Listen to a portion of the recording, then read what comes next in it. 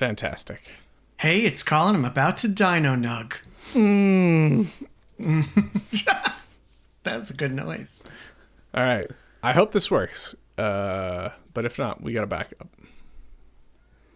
Wild. The thought is I'm just piping your guys' audio into my audio track, so then I'll pick up your claps so we don't have to sync.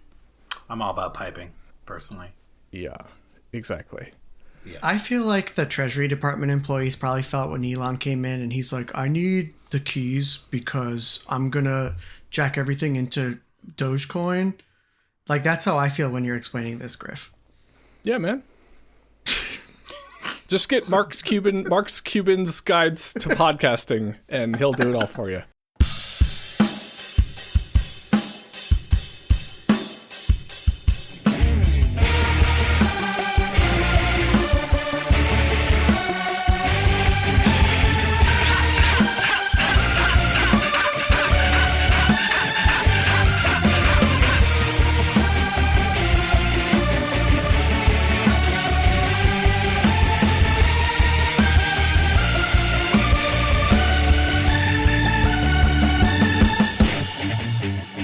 Everybody, welcome to Boss Barrel Radio. My name is Jamie Sherer, and I'm joined by three, extremely distinguished guests, one of whom is chock full of dino nuggies. I'm going to let you guess who that is. Guilty! This is Collin No Clap Connett. That means he's STD free, everybody, finally. I was going to say, it was touch and go for a bit there. Yeah. The antibiotics worked. The 10th course was the charm. Yeah. Followed by the bleach. I think I heard the only Geoff Brewer just now. There's actually two of us. I did a cloning. You have alters? How many alters do you have? No, I have victims, actually. We're doing this is some inside baseball about things that drive mental health practitioners crazy. Yeah. Hey, I'm Geoff. Good to be here. Excited to finish off our list. Speaking of finishing off, there's one of us who's better at that than the rest, and his name is Griffin W. Hoffmann. Griffin, do you have a middle name? Yeah, it's... Fuck yeah! Nova Crystallis, baby! Oh, man. Crystallis, the NES game? Is that what I just heard in there? No, it's a Fabula Nova Crystallis. It's my Harry Potter charm, or the universe of Final Fantasy 13. Of course, yeah. Listen, Versus 13 dropping any day now. I'm a true believer. So... this is the second part of a two-part marathon where we are going through our games of the year for 2024, merely a few days into February by our standards. We're killing it. Quick question, Jamie. Do you need to have listened to the first podcast to enjoy this one? It depends. Yes. If you listen to them both at the same time, do they synchronize at a certain time? If you listen to them both simultaneously backwards and you light up a giant doobie, you go, buddy. You'll understand what RFK Jr. was saying during that hearing. It's very evident from our pre-show conversation that everyone else in the chat has chosen to disconnect from politics for their own sanity. But Jamie lives with a lovely woman who can't do that. So he is forced to remain abreast of what's happening. We are... Collin and I are in a group chat that is... we are daily trying to excise ourselves from regarding the politics. It's painful. Yeah, it's my favorite 80s prog rock group, The Politics. I was gonna try and do an RFK impression, but there's no way I'll do it justice. Oh no! Do you have a voice box? Yeah. Well, I was gonna grip my throat like a Lego toy. He's got a spasmodic dysphonia, I think, right? Just like Diane Rehm. Oh, really? You remember her? Yeah, I think he does. I had no idea. He's got some stuff. I like him now. He did saw the head off a dead whale. You know, who among us, right? Yeah. Oh boy. And to my wife, who is very politically active and aware, actually does not. She's my wife. She's actually pretty good about not. She knows that I'm not capable of withstanding that. No, my lovely patients. They tell me things. And I have to sit there stone faced and be like, I'm only caring about your problems now. But I'm also metabolizing all sorts of news. Are you also doing that meme of like the superhero guy biting his fingernails and choosing between the button that says zap and also zap? Let's be clear. On the ECT machine, there's only one button. Actually, that's not true. There's only one button that lights up. It says it's cure. The zap button. Oh, the zap button. Do you ever go full Milgram on them, Jamie, and just like keep increasing the frequency? This is more psychology inside baseball happening right now. Well, funny you should ask, Geoff. When you do ECT for the first time, you have to do something called a titration, which is where you give little doses of electricity until someone has a seizure. I have a question. Yes. Is it true that you have to use the zapping machine on yourself before you're allowed to use it on others? Yeah. So, yes, and also sometimes the leads don't stick. So then you, in a panicked fashion, hold them onto the person's face with your bare hands, and then you have your resident press the button, and then you get zapped. Oh no! Too. What happens if you put them on your nipples? Fire. Just curious. No, they do go through hair. We don't need to shave people anymore. Oh, we leave people's beautiful full heads of hair intact. On to video games. Never! Heavy is the head that wears the crown, Jamie. You got to keep us all in line. I think that if I recall correctly, we were at number 3 is when we took Top a pause. 3. I just want to, what I want to do real quick, I'm just going to go through to kind of catch everyone up. Just top 10. Animal Well, Prince of Persia, The Lost Crown. Hades 2, Dragon Quest II HD 2D Remake. The Legend of Zelda, Echoes of Wisdom, Tactical Breach Wizard, Metaphor Refantasia. That's Geoff's 10 through 4. So next is mine. So 10 through 4 for me, Blade Chimera, Animal Well, RZ, Life is Strange, Double Exposure. Final Fantasy VII Rebirth, Prince of Persia, The Lost Crown, Hades 2. Next up is Griffin. Oh, he has no 10 because he's a what did Tom McCain call it? He's a what was Sarah Palin? I'm a disruptor. Oh, fuck. Never mind. He has no 10. Honkai Star Rail. I only believe in single digits. 40K. Space Marine 2.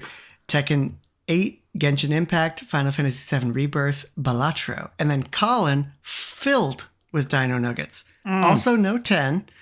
That was pure agony. Animal Well. Zelda Echoes of Wisdom. Prince of Persia The Lost Crown. Dragon Quest III Remake. Helldivers 2. Unicorn Overlord. So now, everybody say Unicorn Overlord and tell me that it's not like an anti-tongue. I don't know. Like it is an anti-cellar door word phrase. Like you can't not mispronounce it, or you can. Yeah. Yeah. It's a doozy. Unicorn Overlord. Unicorn Overlord. All right. Fuck me, I guess. Jamie, how many Yu-Gi-Oh spin-off series have you watched, Griffin? If you've watched enough, you can pronounce anything. Yeah, any anime nonsense. I apparently not enough. Put it in the show notes. Sarah Palin was referred to as a maverick, which is what I think you are. That's our come and go now.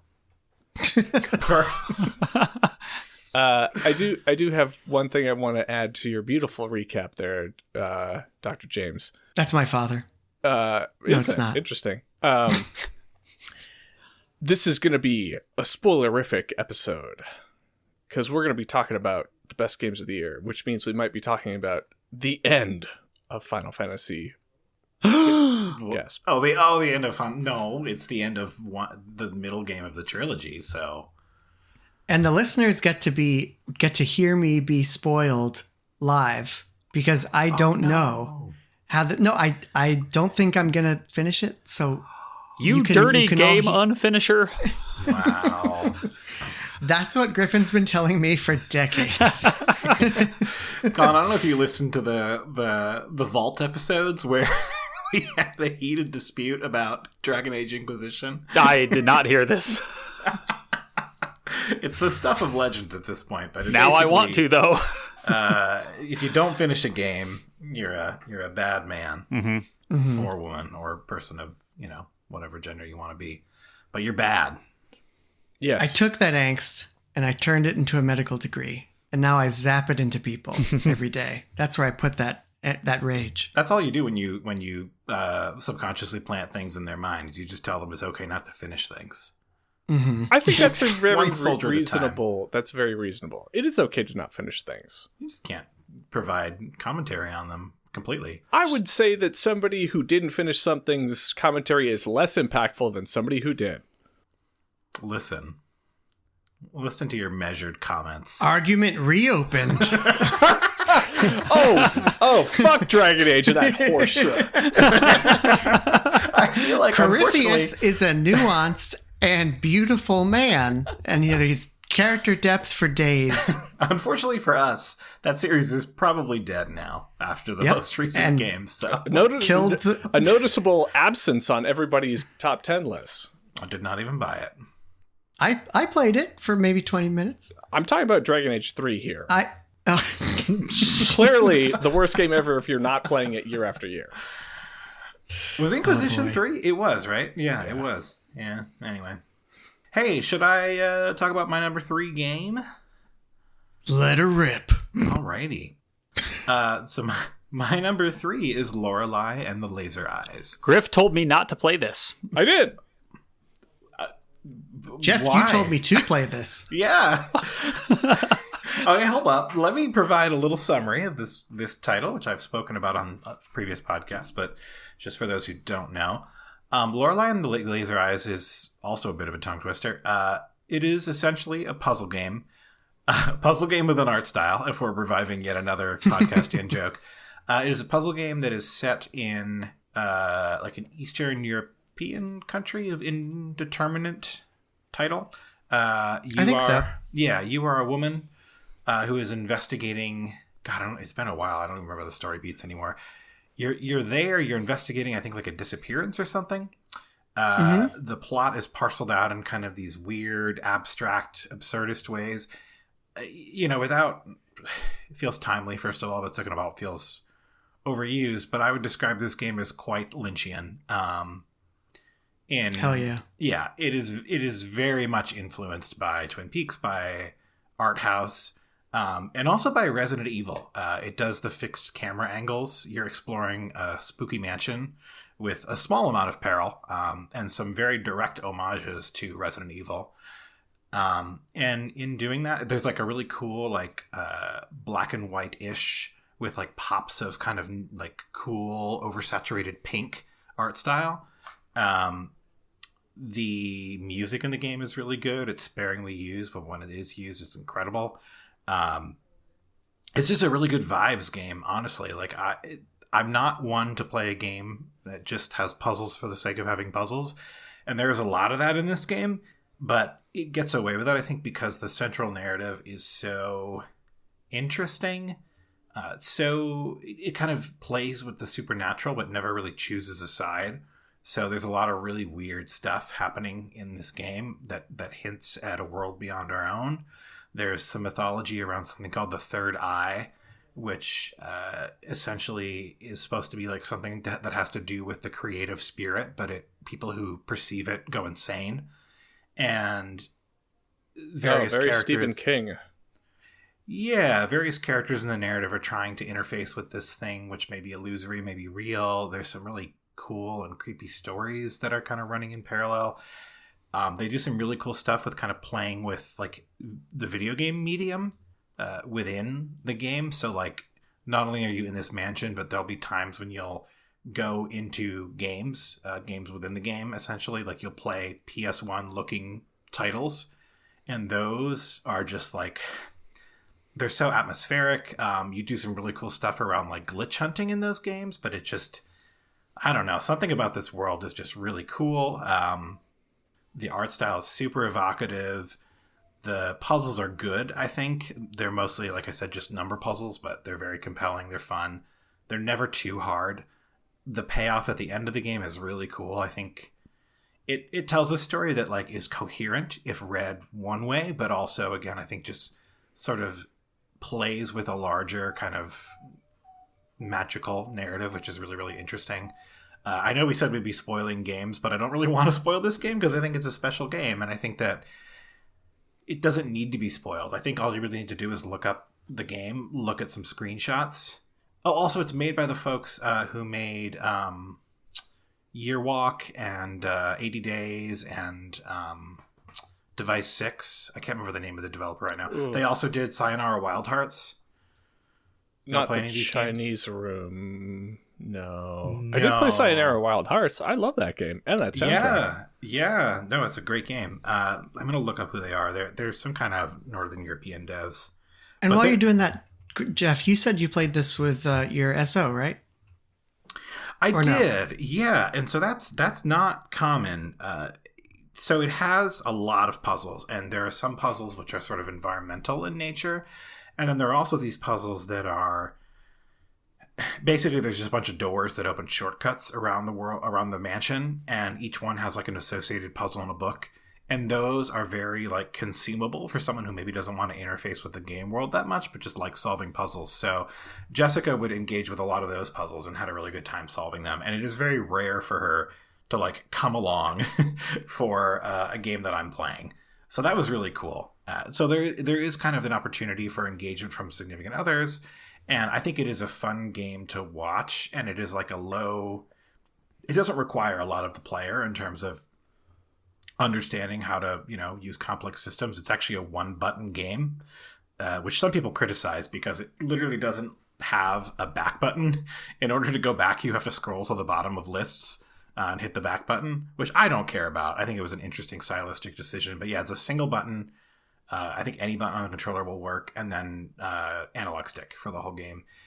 And again, it has a really just unique aesthetic and vibe, and I felt somewhat terrified for a lot of the game, even though there's really very limited in like actual peril very or scares. Spooky. Yeah, it gets under your skin, and there are these menacing figures who kind of come and go, really creepy imagery, illusions, like I said, to kind of like terrifying beastly foes, but they never really show up. There are a couple of moments where the game will actually tell you in the very beginning of the game, if you find the like in-game instruction manual, it'll be like, hey, you can die in this game. So like it makes it pretty clear that the stakes are there. And again, it just something about the game, it gets its hooks in. I think the art style and the story are just really compelling. The space is really interesting. There is this whole kind of overarching thing about a computer program that might connect to this third eye, might like be a way to transcend the mortal realm. That's really cool. There's just a lot going on. And I would highly recommend it. And I just wanted to give it its due. There are a lot of really good games that came out this year, but this game feels unique. This game feels hard to duplicate. And that's why it made it up so high on my list.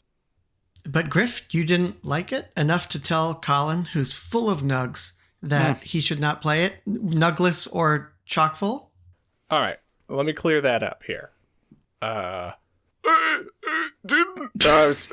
me get a better grip on my windpipe here. I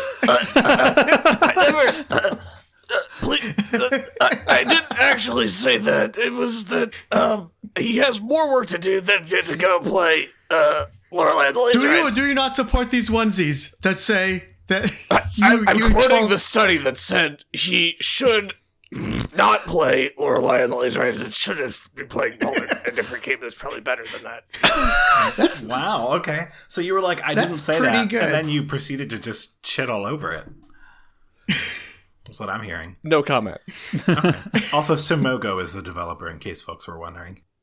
Yeah. Geoff, you got it for me, and I put maybe an hour and change into it, and I just flat out didn't hook me, and I know I need to give it more of its due, but yeah, I don't have anything to contribute towards it. I wish I had more time to play that. Did you get to give it a shot, Jamie? Yeah, I played a little bit of it, and I played it with my SO because you suggested that would be fun, and we really did dig it. The funny thing is that I heard about that game from you, and then I heard about Chance of Sinar from 2023, which had it been out in 2024, that would be at the top of my list. Quite possibly Jamie's most cited video game. With the worst name. We heard about both of those at the same time. We downloaded both.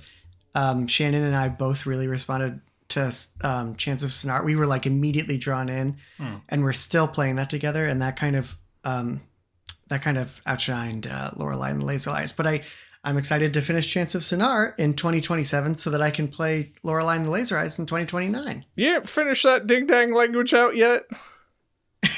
No, it's good. Oh, it's yeah, tough. Chance of Sinar, yeah. Yeah, I definitely give it its due because I think that it has so many like beautiful small moments and just is it's doing some really cool stuff. And I'm excited for you to see more of what it has to offer.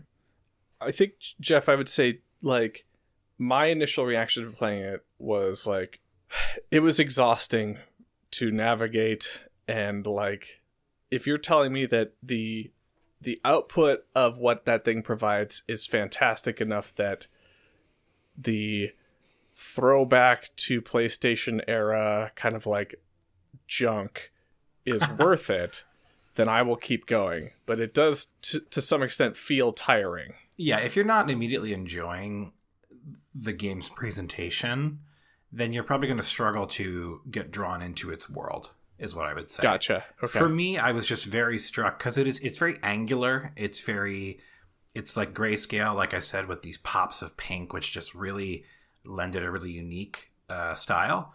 But if you were not like immediately entranced by that and like into the world and into what was going on, then it might be a little bit of a lift for you to get farther.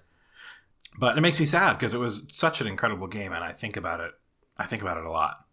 Now that you've said that it's the Sayonara Wild Hearts people, that art style, I'm seeing a lot of connection there. For sure, yeah. I mean, their previous works are not so much in that realm, but Sayonara and Lorelei have some shared DNA for sure. Cool. Yeah. All right. Should I say my three? Yeah. Now? I'm going to, and it's Tactical Breach Wizards. Wait a second. And is this the highest that anyone has it ranked? I believe it is. So I get to talk about this game. I believe all of us have, or Geoff certainly has probably beaten the living daylights out of it. Griff and Collin, have you guys tried this? Haven't touched it yet. I have not played it. So it's really, really good. Yes. I would say that I think a lot of people for this game are kind of immediately reacting positively to the art style and the sense of humor. I actually avoided playing the game for a little while because I was not in the mood for that. Mm-hmm. But Geoff kept, saying how wonderful it is. Eventually I started it. And this game is just both endlessly charming, but also so much fun in an oddly addictive way that a strategy game hasn't been for me in a really long time. This game seems like there are difficulty modes, right, Geoff? And I think you probably played yes. on. Yeah, I did. Did you play on the most hardest? Yeah. So I'm playing on the standard difficulty, and for me, it's like perfect. And it's perfect in that I hate when on the standard difficulty, a game puts out some optional objectives for you and says like, if you don't do these, you won't get all the best skins for the characters or whatever, which is the case in this game, and then makes it really impossible to get those. On the normal difficulty level, you might bang your head against a wall for a couple minutes, but you will be able to do the level quickly, efficiently, in a really kick-ass way, and get all the special bonuses and feel very accomplished.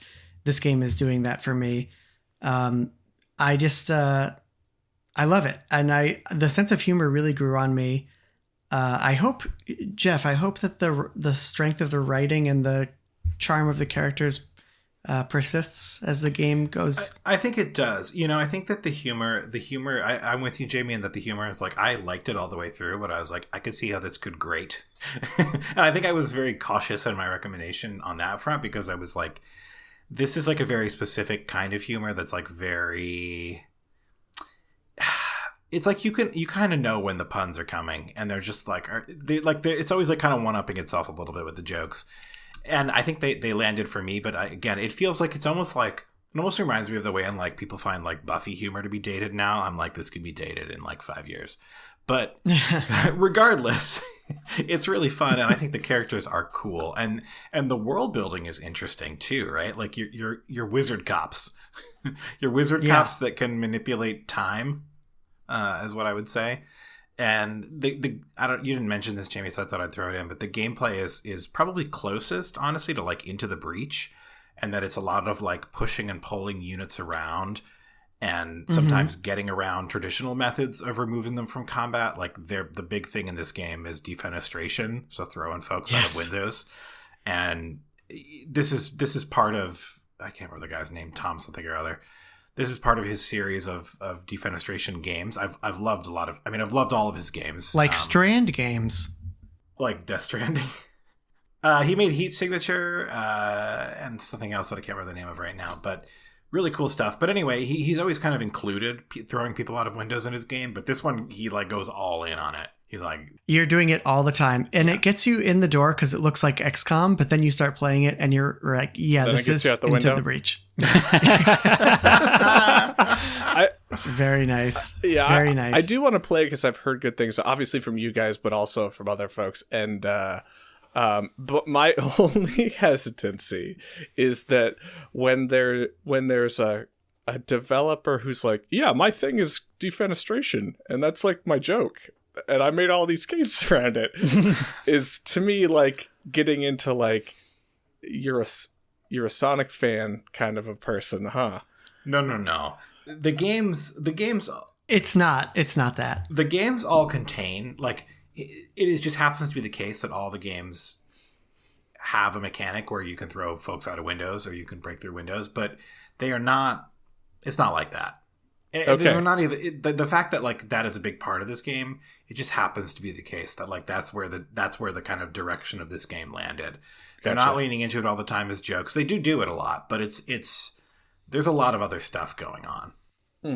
And it's not so much that every time it happens, and it happens all the time, you're meant to laugh. It's that every time it happens, you're meant to feel very satisfied because you put into motion this Rube Goldberg machine, which had 20 steps and ultimately ended in you defenestrating 10 people simultaneously. Yeah, you're supposed to feel smart, not like... yeah. I mean, that shit is pretty funny. I get the parallel then with you saying it's like Into the Breach, where you're playing chess against that. You are, and sometimes it's not about brute forcing, it's about removing the pieces from the board using positional manipulation, which this game is all about. I think that's a great mechanism to have in a video game. It is, and it's, I was skeptical because part of what I love about Into the Breach is its endlessly replayable nature, like as a roguelite, or roguelike, whatever we call them these days. And this is not that. This is a structured campaign with a beginning and an end and a progression system, but it works really well. Cool. Yeah. And that might be a very draw satisfying. For you, Griff. What was that? It would be what for me? That might be a draw for you, knowing that it's not endlessly replayable. Well, endlessly replayable means that I don't actually have to finish it to opine. But if you beat a run, then, okay. Yep. But I just want to stress, like, the magical thing for me about this game is what I mentioned when I first started talking about it. I get very easily overwhelmed and frustrated by games that require me to be as smart as Geoff. Oh, same. And same, yeah, 100% same. So it's hard for me sometimes to get on board with that, especially when there are optional objectives, because I need to complete those optional objectives, or I feel like I am not completing the level. Something about the way that this game is designed is that you can stare at a level when it first opens up and you can think, I have no idea how to go about this. But very quickly, you realize that the game has taught you very well. The progression is very steady.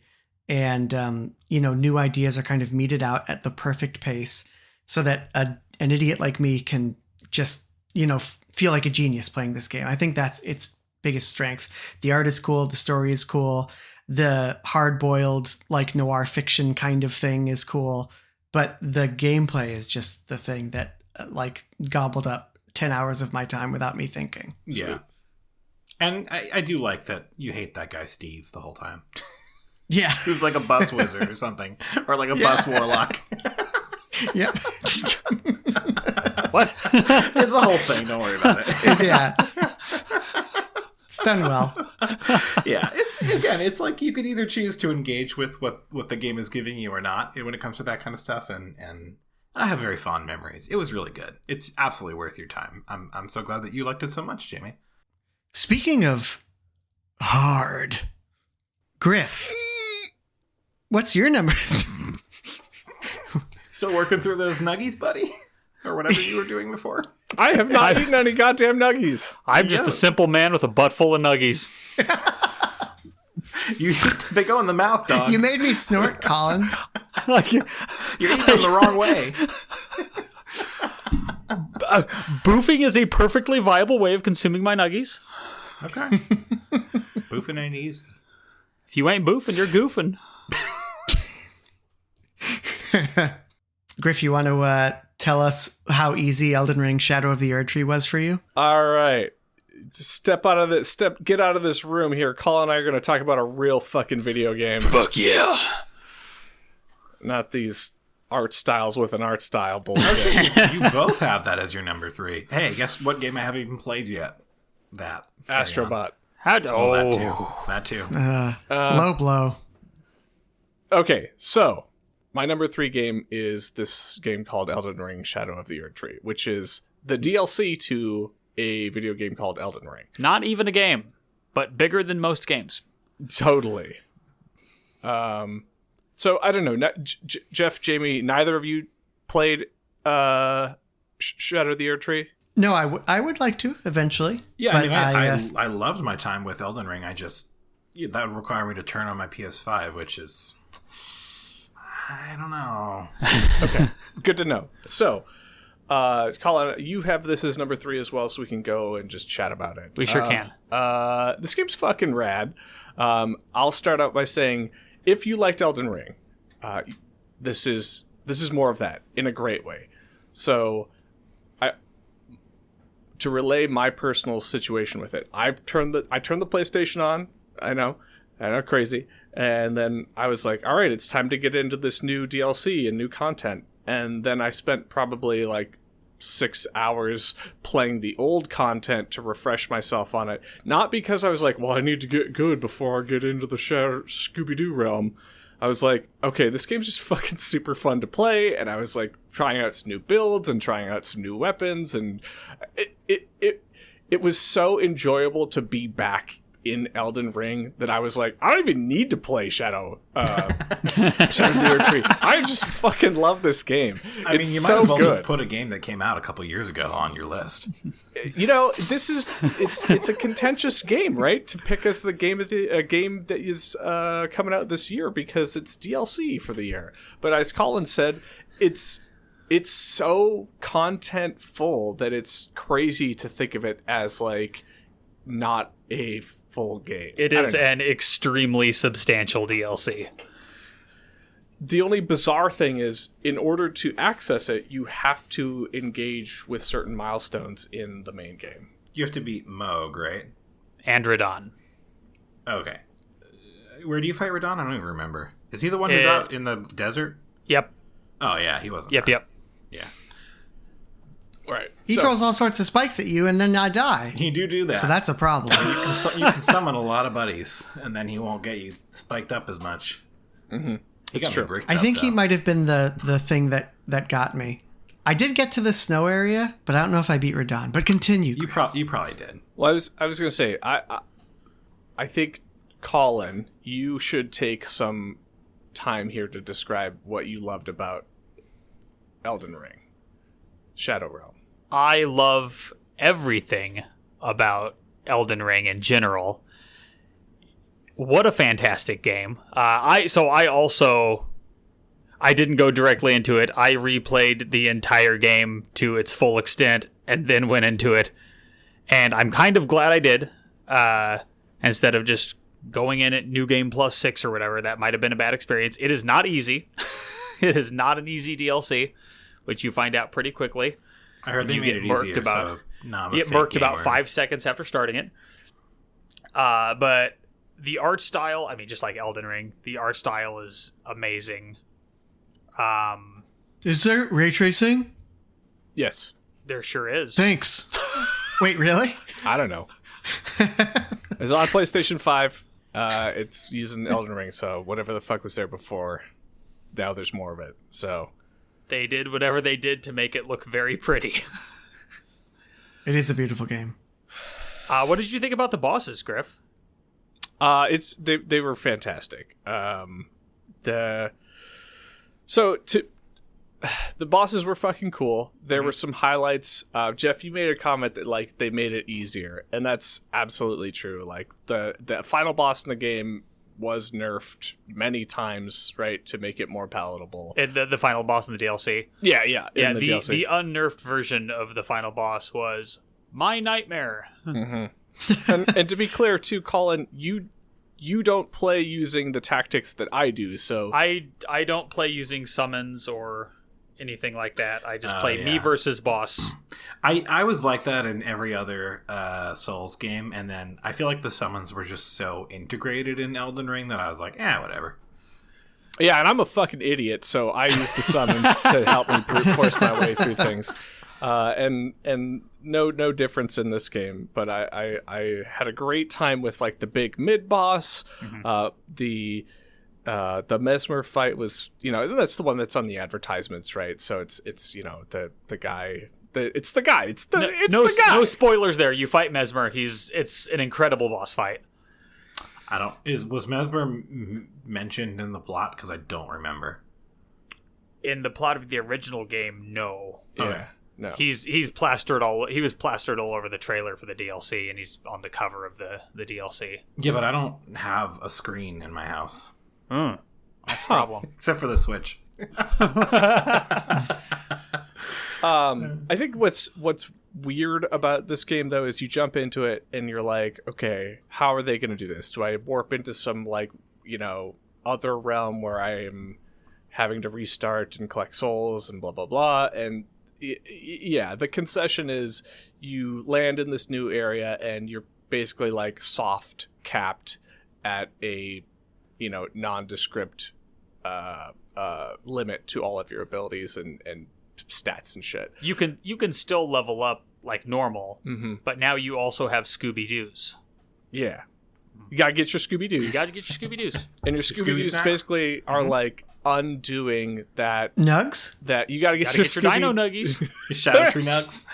Yeah, you get those nuggies and then you make your guy more proficient by kind of bringing them up to snuff with what they would have been in the main game. If you're having a lot of trouble getting, you're getting dumpstered by Mesmer, maybe your Dino Nuggie level's a little low, buddy. That happened to me. I got dumpstered by Mesmer, and I was like, I looked up a guide, and I was like, where should I approximately be? How many Scooby snacks should I have in my butthole? How many nuggies should I have? And it was like, you need to have a lot more than what you're currently running with. I'm gonna put a challenge to both of you, because this is a game I think that is very well documented, right? Like, it is beloved. Nobody's heard of this game. Okay, can you tell us something about this game that might surprise us, that maybe we hadn't heard before?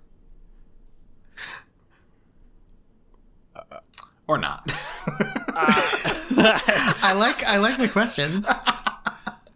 You want me to I like the way you asked it, too. Tell you something that you haven't heard before about the game. Shock me. I mean, Shock you me just now. tell me the name of a boss and I wouldn't have heard it before. What I'm trying to say, I'm being a bit silly about it, but like, this is a game I think, we all know Elden Ring. We all know and we love Elden Ring. And yes. I think the pitch of the game is more Elden Ring, and yes. there's Shadow Tree fragments. Is there something else that you can, like, is there something else about this game that distinguishes it from what came before? Or is it really absolutely just not. like, okay, so it's just like the best expansion ever, basically? Absolutely, yeah. Okay. I mean, Valid. maybe Collin, you feel differently, but that's kind of where I was leading off with this. It continues much in the same way as Elden Ring. Yeah, you get the Scooby-Doo fragments, but that doesn't change the way you're playing, really, or how you're experiencing it. It just buffs you up a little bit. Are the environments different? Are the enemy types different? Like, Yes. does it feel different? Okay. I mean, There's a lot of new enemies. There's new weapon types. You can become a cool martial artist and kick people in the head now. So that's kind of fun. So cool. I think maybe it was one of you guys asked, like, Geoff, it was you. Is there like the underground astral fucking landscape moment of like you go and you see this thing that you're like, holy shit, where did this come from? And I can't put my finger on exactly where that is, but that feeling of holy shit, this place just keeps going, or this is incredible, I think is now just common within any Souls game. So yes, that's occurring. I don't think it's like there's one thing that does it.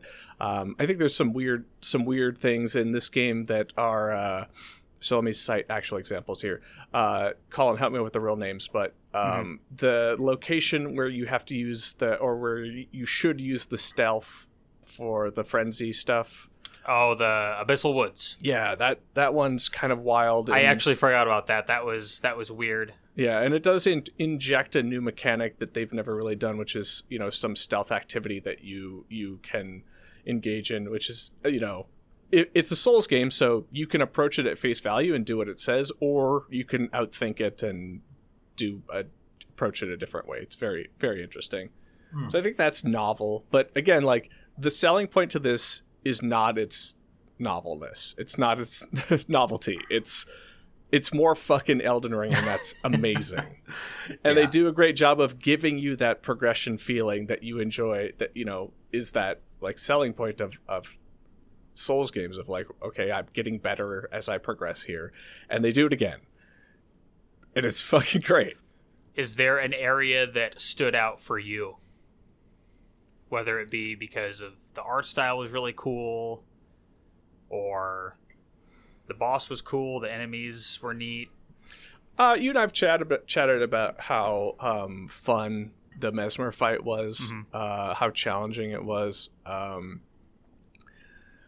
I think that's my standout. I mean, for me, one of my biggest standout moments was the last fight, the end boss of the game. Like, it was such a grueling, miserable experience for me. Was. That, like, I'm researching the cheesiest ass bullshit, builds that I could do, or like, it's like, oh, how can I do the, stun lock the boss into a cheap ass poison that I just let my console sit there for 17 hours as he slowly dies?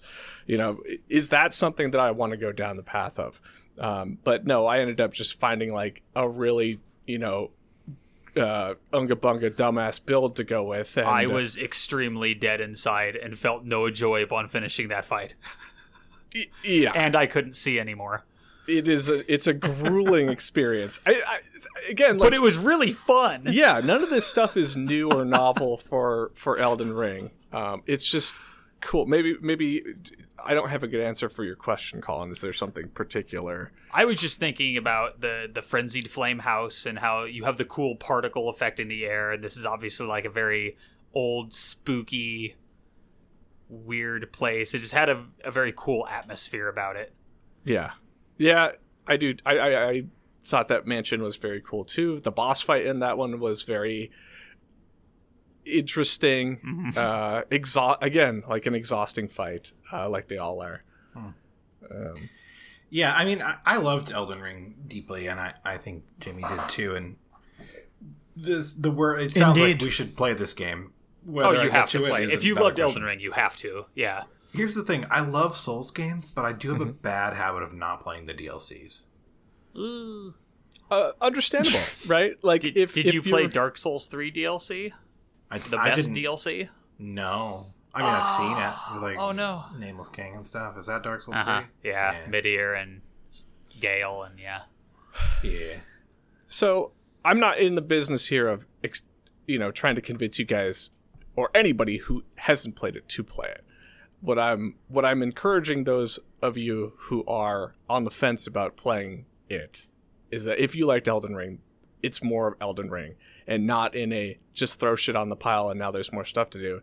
It takes you through the ramp of progression of, oh man, it's cool to get good in a game where you already are maybe at the most extreme new game plus, just steamrolling everything. It's fun to go through that build up and be challenged and be exhausted after fights and, have that feeling of success. Kind of in, like you guys are saying, like I felt like a genius playing Tactical Breach Wizards. It's like, you feel like your activity is rewarded again in this Souls game. I think the best thing for me, too, was that it did a really good job recapturing the feeling of playing Elden Ring for the first time. Mm-hmm.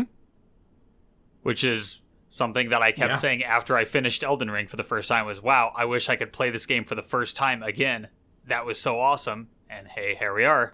I was going to say, Rare is the game that can help you recapture that same magic, so that's pretty cool. That's compelling in its way. Yeah, I was going to say the same. I think that was the most compelling argument I've heard, is that it's like rediscovering that original game. Because that was a religious experience. Coming out into the world, and you see it opens up kind of just like when you come out of in the beginning of Elden Ring, and you're just like, whoa!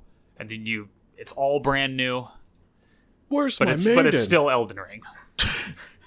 What'd you Collin, say? what did your parents say when you came out?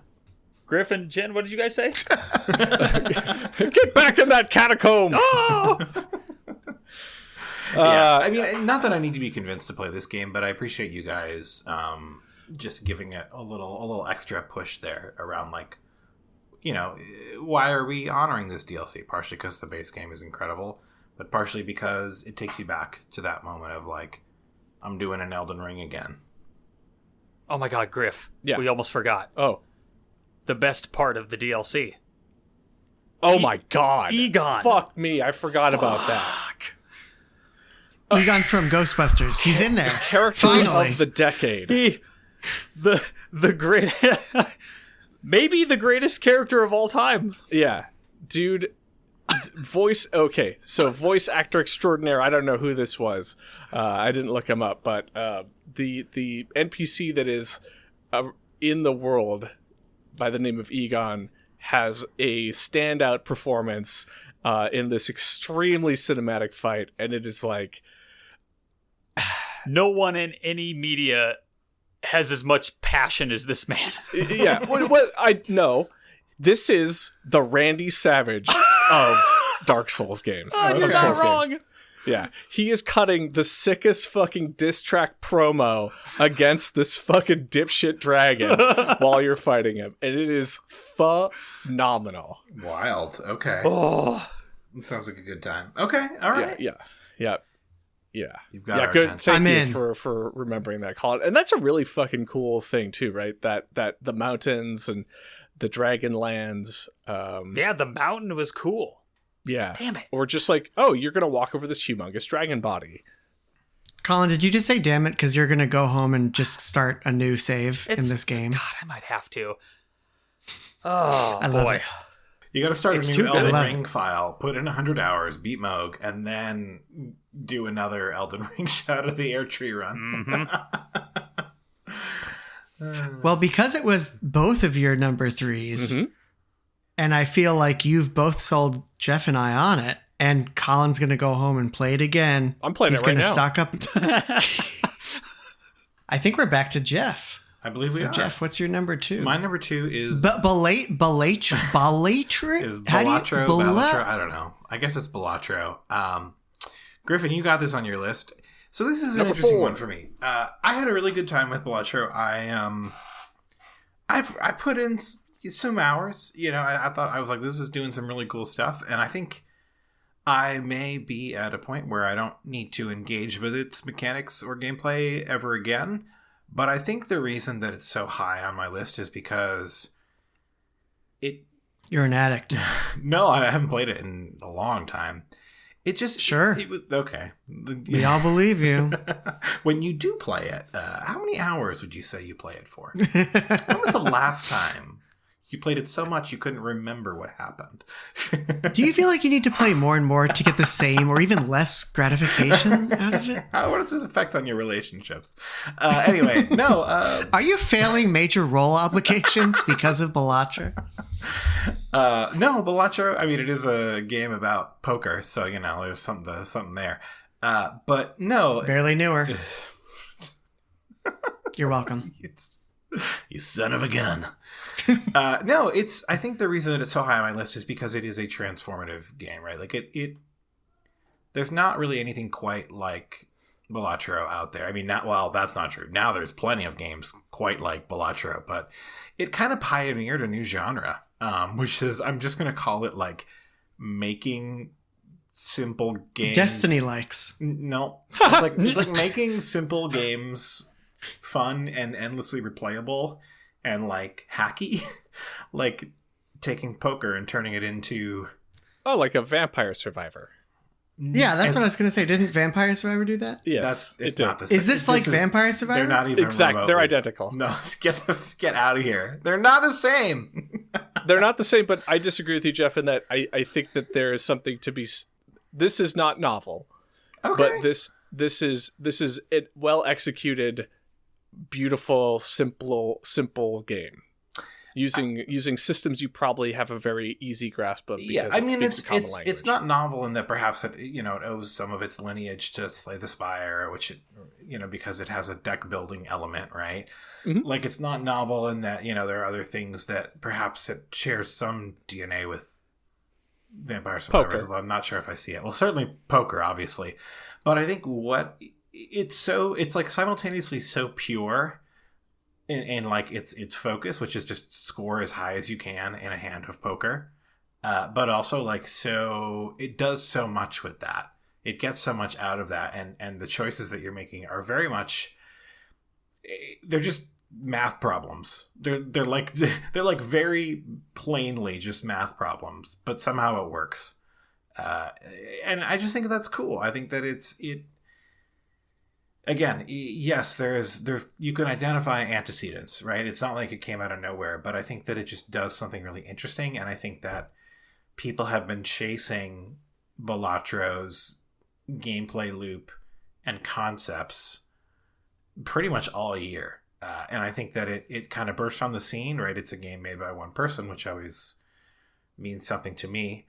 And it changed the landscape, and it's special in that way, I think. Also But I'm confused because it's number 2 on your list and you're not talking about it like with any passion or excitement, and you said it was a math problem, and it's I'm really good math problem. I'm confused. What's to be confused about? It's really fun to play. Yeah, I had this as before we recorded the prior podcast. I think I had this as 3 and I flip-flopped. Maybe it was even 2. I think I maybe dropped it down to 4 the more I thought about it. And Geoff, I'm with you. Like, I love it. And part of what I love about it is its ability to take a genre and turn it on its head and disrupt it. It's like why I love Inscription, because it takes the deck builder card game and makes it a Destiny like. It makes it a Destiny like. The Inscription game is incredible. I should check out the rest of that studio's output. But what I love about it is it takes something that you understand, or most people, a player probably understands, which is hands of poker, and then it undercuts that by changing how you are interacting with that rule set. And because of that, you have a common language you can understand, and then, like you said, it's purely a high score chase. Like, you're not, if you're a big dumb idiot like me and you don't want to count cards or like make optimal decks or whatever, like, you can stumble your way through it and get cool modifiers and change your multipliers to have really exciting moments happen when you have a lucky draw or something like that, and you just like see these numbers go astronomical and go through the roof, and you win the hand. It's a fun game that is extremely satisfying to play on like a mobile device, which is where, as it came on mobile, it definitely landed back in my lap again this year, and I was like, oh fuck yeah, this is where it should be. This is super fun to play on a phone. But again, like I don't think I agree with you in that it's like doing something seminal, like it's paving a trail that's never been paved before. I think it's hitting that sweet spot that some games do, where it's like, wow, this is incredible for what it is, and it is kind of playing with systems that already exist and tweaking them and making them more approachable and more wonderful. But then it's like you get it, and then you can be done with it. And that's kind of where I thought about, like, I don't really have a need to go back to Balatro again. I finished the 8th, ante or whatever it is. I I enjoy it, but like its stickiness did not last with me as much as I kind of had thought it was going to maybe 2, 3, 4 months ago. I get what you're saying, Griff, and I think, I'm kind of with you in that it maybe wasn't as sticky for me as it has been for some others. I guess for me, it's just like, when I was constructing my list, because I moved it around too, I wasn't sure where to put it. I guess I come at it from a different perspective in that I do think that it is, in some ways, maybe it's not seminal and maybe it's not even singular, but to me, it kind of felt that way when I was making my list. And that's why I put it where I did, right? Like, I'd rather reward a game like this for coming onto the scene and surprising folks and offering something different, or at least somewhat different, than a bunch of other stuff that's very much of a known lineage. I think that's why I elevated it so much on my list. But I respect your opinion, Griff. You're saying that you're comparing it against the other games that came out this year and saying this deserves to be elevated above these other games. Whereas I think my approach is like, I've played games like Balatro in years previous, therefore it doesn't feel quite as impactful for me. I think for me, what made it feel different than those that came before is the pureness of it, is just how singular and simple it is in what it's trying to do. And that you can get so much out of that people are so excited by it. And that like a single banger of a song that plays in the background that just gets you into a trance state. Just sound like that song. If you've played that game, you will know that song forever. Like it's just, I don't know. There's something special about it for me. And, again, it one does not have to agree with that, but that's why I think I put it so high, even if there were other games that maybe had more legs for me or, were more in line with my typical genre interests. I think it just, for me, it needs to be seen in some kind of way. So that's why I put it where I did. Should I play this game? Totally. Yeah. I have not played Balatro. Yeah, play it. Bollywood. Totally. It's on mobile, like Griff said. You can play it there. You can play it on PC. Either one's fine. Mac. Or you play it at your local casino. Well, that's the prequel. Balatro hard mode. Oh, yeah, you're right. This is just DLC to poker. I want this to take a similar tack that Vampire Survivors took for me, which is that you guys talk about it ad nauseum, and then I forget that it exists, and then I find it again, and then I text you guys, and I'm like, have you guys heard of this crazy game called Vampire Survivors? I have a feeling that'll be the path that it takes. I hope it does, because it's a good game that you should discover. It's a lot of fun. It is. Collin, why aren't you playing Balatro? Collin plays card game. Collin plays Slay the Spire. Good answer. Listen, Slay the Spire is great. I just downloaded the fan mod Downfall to try it out. Oh, I haven't touched that. I really should. Give it a shot. What does it do? What does the mod do? A lot. You play the bosses. Well, so you play the bosses, and it also adds a new ascender as well. So it adds a 5th character called the Hermit, and then you can also play like reverse Slay the Spire with the different boss characters. And I think there's 4 or 5 of them. Have you played Dicey Dungeons? Oh, yeah. Great game. Oh, I love Dicey Dungeons. Dicey Dungeons is excellent. That's very good. I can't remember who made that. That's another good developer. But yeah, that's a fantastic game. And again, very different than Balatro, in my opinion, and what that game is trying to do. But totally. Very cool. I would say that to your point, Geoff, where you keep calling Balatro pure, It's an interesting choice of words for that game, but I see what you're saying, where these other games have a lot of complication to them, like they're complex. There's a lot of moving pieces to get lost in, whereas Balatro is an extremely straightforward system that you're engaging in. But like polished to a mirror sheen. Like there's so much attention to the way that the cards move around, the sounds that happen when the cards are dealt and stacked, the way the ticker advances, the way that it shakes the higher your numbers get, the flames that burst out when you... there's just a lot going on there.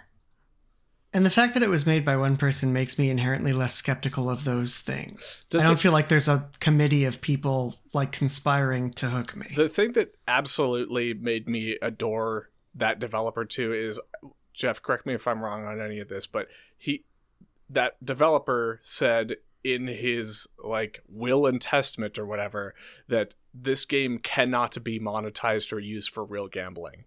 You can sell the game, but you cannot take Balatro and turn it into something that uses real gambling to use real money, like to abuse real money, which I think is fucking amazing.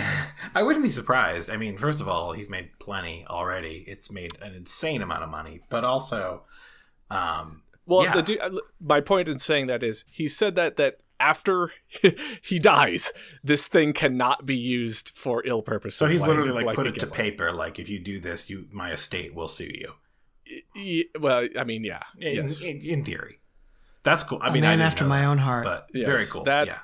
Plus his ongoing battling with the European governing board to be like, hey, Balatro is not a gambling game. And if you what is it? Peggy is giving it like an 18 plus rating because it has gambling in it, and he's like, perhaps you should look at FIFA or Football Club or whatever, and how that game has gambling in it. And that crusade, the fact that this guy is leading that crusade is also fantastic in my eyes. I think that gambling in video games is rotten right now. And again, anybody who's like rallying against that is imagine cool as hell. Spending like hundreds of dollars just to try to get an anime wife. Yeah, imagine that. That'd be fucking wild. Couldn't be me. Yeah. No. I'm with you, Griff. I think it is hilarious, right, to see the EU being like, "Oh, there's cards in this one," and then it's like, "Dog, there's cards in the other one, and they're far more pernicious." So yeah. But yeah, that's all I wanted to say about Balatro. I mean, it's a special game, and it's cheap. It's worth spending some time with. You will get temporarily addicted, though. True. That's fine. That's fine with me. I'm going to tell you about a game that I was temporarily addicted to, and that I seem to love more than any of you did, which is surprising to me, because I was immediately charmed by Legend of Zelda: Echoes of Wisdom, like from the jump. I mean, I'm a sucker for that particular art style. I loved it in, oh God, Geoff, help me. Link's Awakening. The remake. Link's Awakening, yeah. Thanks, Collin. So I'm already kind of engaged with that. And as regular listeners will know, little graphical hiccups really bother me, like really dig at under my skin and it drive me nuts. So when I initially saw that this game cannot hold a steady 60 and it's just constantly bouncing back and forth between a smooth 60 frames per second and a really choppy, bad looking 30 frames per second or less, I thought, okay, this is the death knell for this game and me. But the game was so good that it overcame that. And I was just thrilled. I loved the mechanic of being able to call echoes of beds and plants and enemies and all of these things into the universe. Like I loved the kind of Pokemon aspect. I got excited to find new echoes to put into my collection, and I was surprised and delighted in all the different ways that you can use them. And there was something also inherently kind of engaging to me just about the layout of the map in this game and the sparse way that they put the towns together and the hubs together, but still made it feel like a cohesive world for me, at least. I love And, any time I can go back to the A Link to the Past world. Yeah, for sure. Yeah. So Collin, did you like this one? Did you like Echoes I did. of I Wisdom? actually liked it. I know it's at 8 on my list, but I really had a great time with it. It was pretty much exactly what I wanted the game to be. Yeah. I'm with both of you. Really I love the silliness of it. Just summon a bed, summon more beds. Yeah. Get to the top of this How many cliff beds? on these beds. I think we talked about it in a prior podcast, but like the language that I use, and I can't remember who joined me in this, but like it's very cozy, like which I didn't expect from a Zelda. Yes. But like it's just like a world that you really like, enjoy chilling in and like puzzling out how to interact with and kind of pushing the boundaries of. And it's just always like the characterization of the different inhabitants of the world is also just like very engaging and endearing. Like it's cute and fun and kind of funny sometimes, and it just works all the way through. I think I remember telling you, Geoff, that I really loved just walking around Hyrule and talking to all the guards, and everyone's reacting to you being Zelda. Yeah. I was so happy to see you. And yeah, I definitely got that cozy feel for sure. I loved the Griff, are you... go on, Geoff. I was gonna say I love the conflict between the river and the sea Zora. It was just like so Oh, dumb, yeah. but so cute at the same time. So good. And I don't know. I think I mentioned at the time that I really liked the still world and what was going on there in terms of the verticality. Like they really pushed that engine quite a bit. But I'm always shocked what they can get out of that mobile processor from 2013. It's amazing. Oh, yeah. But Griff, I guess where did you land on this? Didn't play it. Really? Okay. All right. Yep. Any plans to play it, or were you turned off by something about it? Oh, it's wokeness. How woke it was. Female protagonist. No Warhammer, that's for sure. No. Go woke, go broke. That's right. No, It's I been just canceled because of DEI. didn't have Yeah. the time. The hierarchy of other important games did not yield time for this one, unfortunately. Gotcha. We had to get more waifus. I think it feels big, right? Like I don't know if you guys agree, but like it feels more important in some way in its presentation, I guess, and sort of there's like more grandeur to it than previous 2D Zeldas that I've played. Did you guys have that experience? I see what you're saying there. I think I agree. Yeah, when you me too. just look at the world at face value, you're like, oh, it's Yeah. A Link to the like, Past. But there's like it goes deeper than that. Yeah. It, just in like the ways that they introduce you to the world, right? Like there's no title card at the start. It just loads into the game. It takes itself seriously enough to be like, hey, this entry matters, and like you should pay attention to what we're doing here. This isn't just a little thing.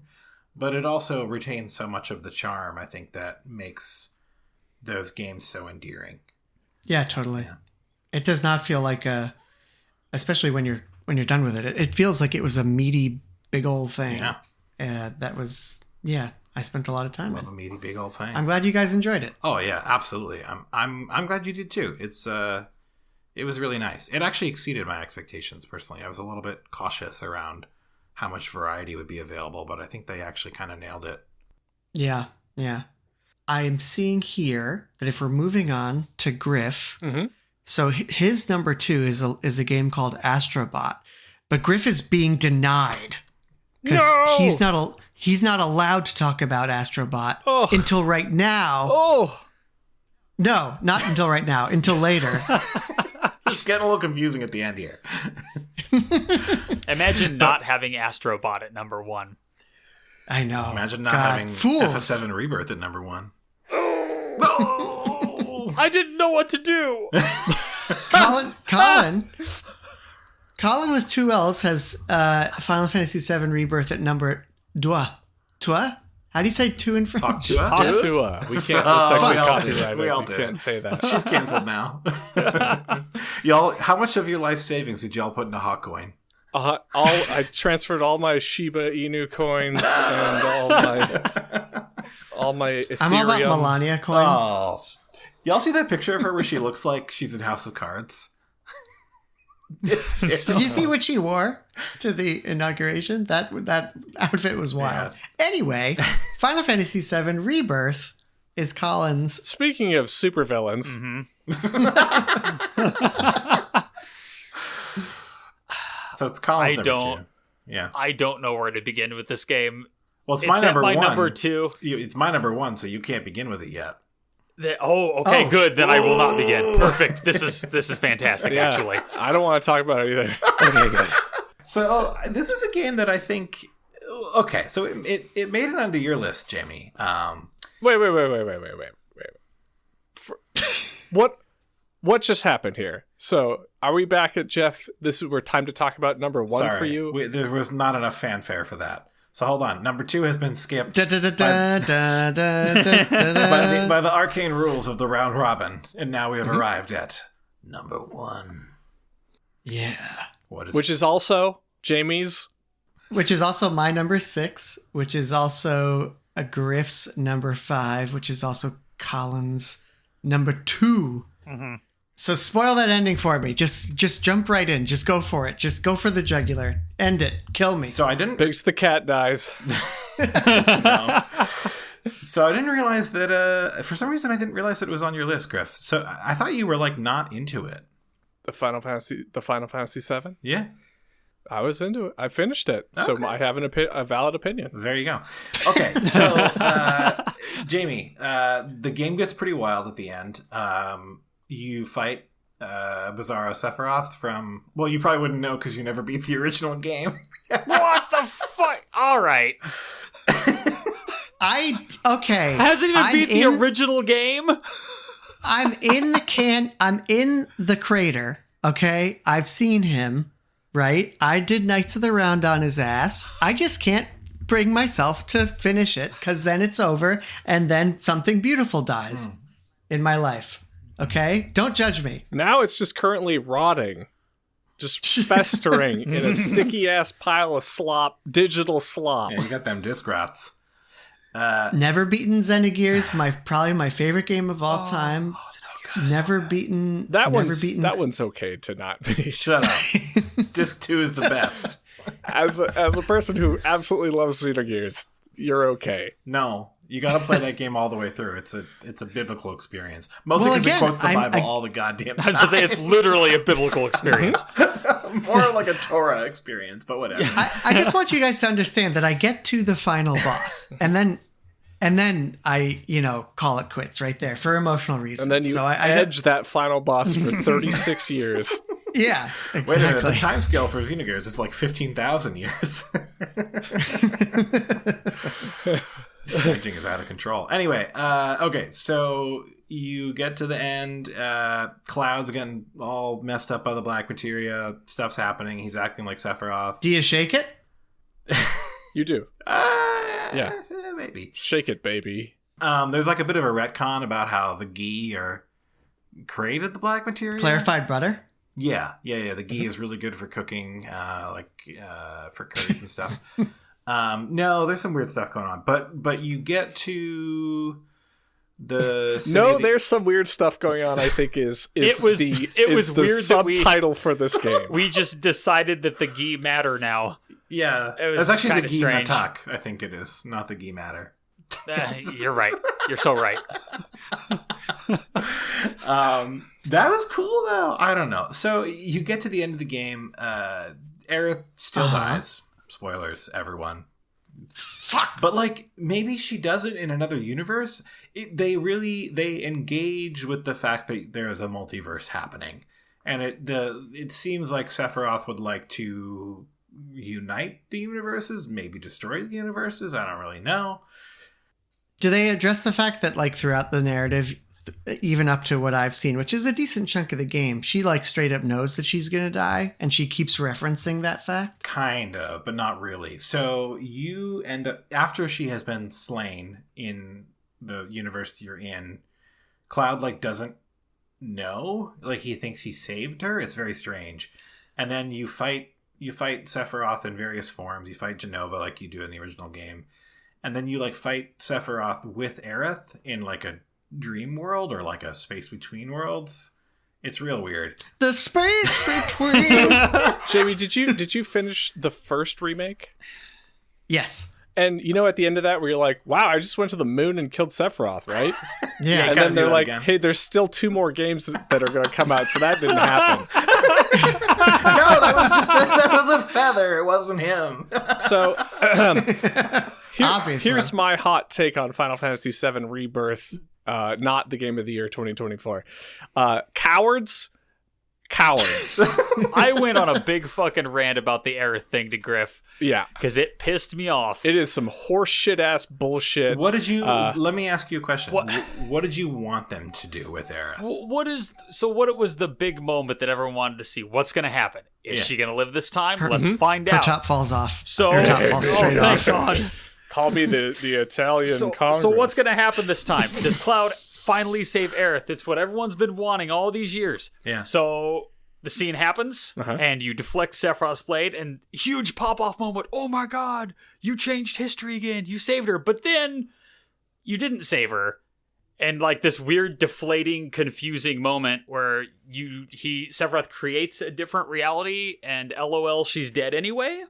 Maybe let me the most vacant, uninteresting answer that could have been provided there is we don't know what really happened, and all the characters are like, oh yeah, I guess maybe there's this. No one knows what happened. So Griffin's response does it's deflate. the most anime fucking bullshit ever, where it's like, you're cowards, you can't commit to a theme, you can't kill your darlings, do something fucking brave like Final Fantasy VII, the original, did. They did it. Here's and then the they keep on trash on top of it to say, no, it's actually more complicated than that. Look, the timelines are mending and Sephiroth is blah, blah, blah.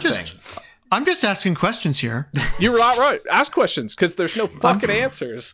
There will be in the 3rd game. Or I doubt it! I wanted a frustrating save Aerith minigame with shitty controls. No, honestly, that would have been on brand. Like snowboarder out of there. Oh no, like any other minigame in that game too. Yeah. Why am I seeing Zack throughout the game? What's up with that? Well, shows again, up talk about fucking cowardice. I don't agree with that. The game, you reach the climax of the game, and then you go to like the ruined. Doesn't sound like that happened for Collin. No, it didn't. You go to the ruined. I did not Sector 5, climax. And Cloud's there chilling with Aerith, and like it becomes clear that Aerith is hiding there, and then like you kind of come to understand that the Zack we see is a Zack from another world. And then Zack kind of helps you fight the last boss. You control him. You can do party attacks together. It's pretty cool. Geoff or Jamie, you had also said like, why do I keep seeing, or do the characters know that that something's happening? And that is kind of the first actual acknowledgement of that, where Zack is like, hey, wait a second, maybe I'm jumping through timelines, and then that's the revelation too, where it's like, oh, Sephiroth intercedes in one of these areas and is like, this is where you've been hiding Aerith, and that's where now it's like, okay, the Aerith is timeless or bouncing or hiding in these different timelines, and therefore can influence or nudge or communicate with subtly or whatever different Aeriths across the time and space to then say, hey, do this, don't do this, or take this materia, don't take this materia, this type of thing. And it is, I don't know, like I liked the Loki show, so I'm kind of in. This isn't it. This is not the that. Loki show was good though. This is coward. This I is heard season 2 kind of sucked. No, I liked season 2. Yeah, okay. Loki show's good. So let me be clear here. This is a good game. Final Fantasy VII Rebirth is fucking great because the combat, the mechanics of playing it in terms of the start to finish, I'm enjoying being in this world and doing these activities and playing, the beat to beat combat is phenomenal. I am especially frustrated with the game because it pulled its punch at the end. It, instead of doing something interesting, novel, exciting, it heaps on ambiguity and then calls itself complex, like in a very fucking Lost thing of like, oh, maybe they weren't dead the entire time, maybe they were. It feels very, very unfulfilling. But I think, Collin, you would agree, because you've said this, that playing that game. Like, the combat is just so much fun. The combat hard carries the shit out of this game. As much as I hate extremely good. so much about this game, the combat is so good, it buoys the whole experience. Here's the thing. Are you guys Chad cells or not? That's really all I need to know. After Chadley did me dirty at the end of it, I fucking hate Chadley.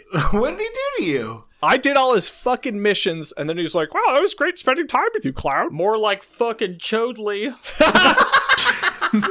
Collin, if you're not FGW, if you're a person of culture Headshot. and you know that Chadley is the best character in the game, No way.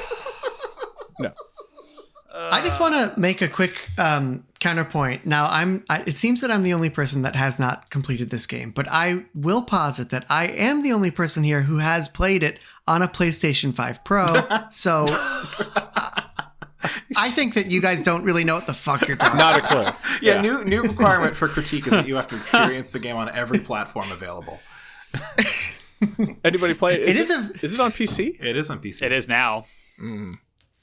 It does look really good on PS5 Pro. Like, I like really good. The two games that like make me feel like I didn't just make a horrible mistake. I totally did. It was a horrible mistake. But the two games that sometimes make me feel a little better about myself are this one and then Horizon Zero Dawn 2. Yeah. That they both look great. But to also just throw more gas on the fire here, I might also say that Final Fantasy VII Rebirth has a better card game of the year. It's a good card game. Queen's Blood. Of games that came out that are card game focused, this game is better of the two. Then Balatro. Okay. I don't agree with that. I don't think Queen's Blood puts its best foot forward, but I think in the back half of the game, it's pretty fun to play. I think I'm always going to remember playing in the Queen's Blood tournament as Red 13, dressed up as a soul. I mean, that is like, remember when that's he a walks memory out that and does off-brand Michael Jackson Moonwalker? Uh-huh. Yep. I can't believe that happened. Unhinged. Absolutely unhinged. This game feels very much like a Japanese anime. Yeah. Where there are two dogs fighting against each other, one entertaining, one not. Here's what I'm going to say. And occasionally one dog comes up on top. Here's what I'm going to say. So let's get back to why this is my number one game of the year. So Final Fantasy VII Rebirth is an overstuffed game. There's too much happening in this game. It probably should have been 20 hours long. Well, maybe not 20 hours, but it should have been a lot shorter. 15. Anyway, it could have been a lot shorter. It could have been a lot of things. But it's like, it's so excessive that I can't help but just love it. It's so stupid. There's so many things about it that are just dumb and idiotic. But, like, I don't want to live in a world where these types of games can't come out. Like, I would take a million of these weird games over, like, another decade of brown shooters. Like, this is just, like, so ridiculous. I'm saying that. That's you. I know Trump's back in office, my friend, but you can't. No, that's not what I meant. All right, Nathan Drake, easy there.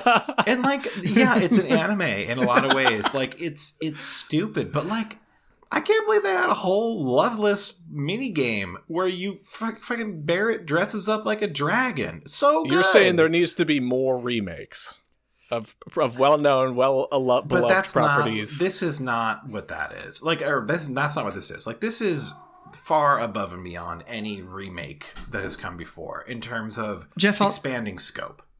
So, like, I'll say that the one before the remake, you know, it's that one didn't happen.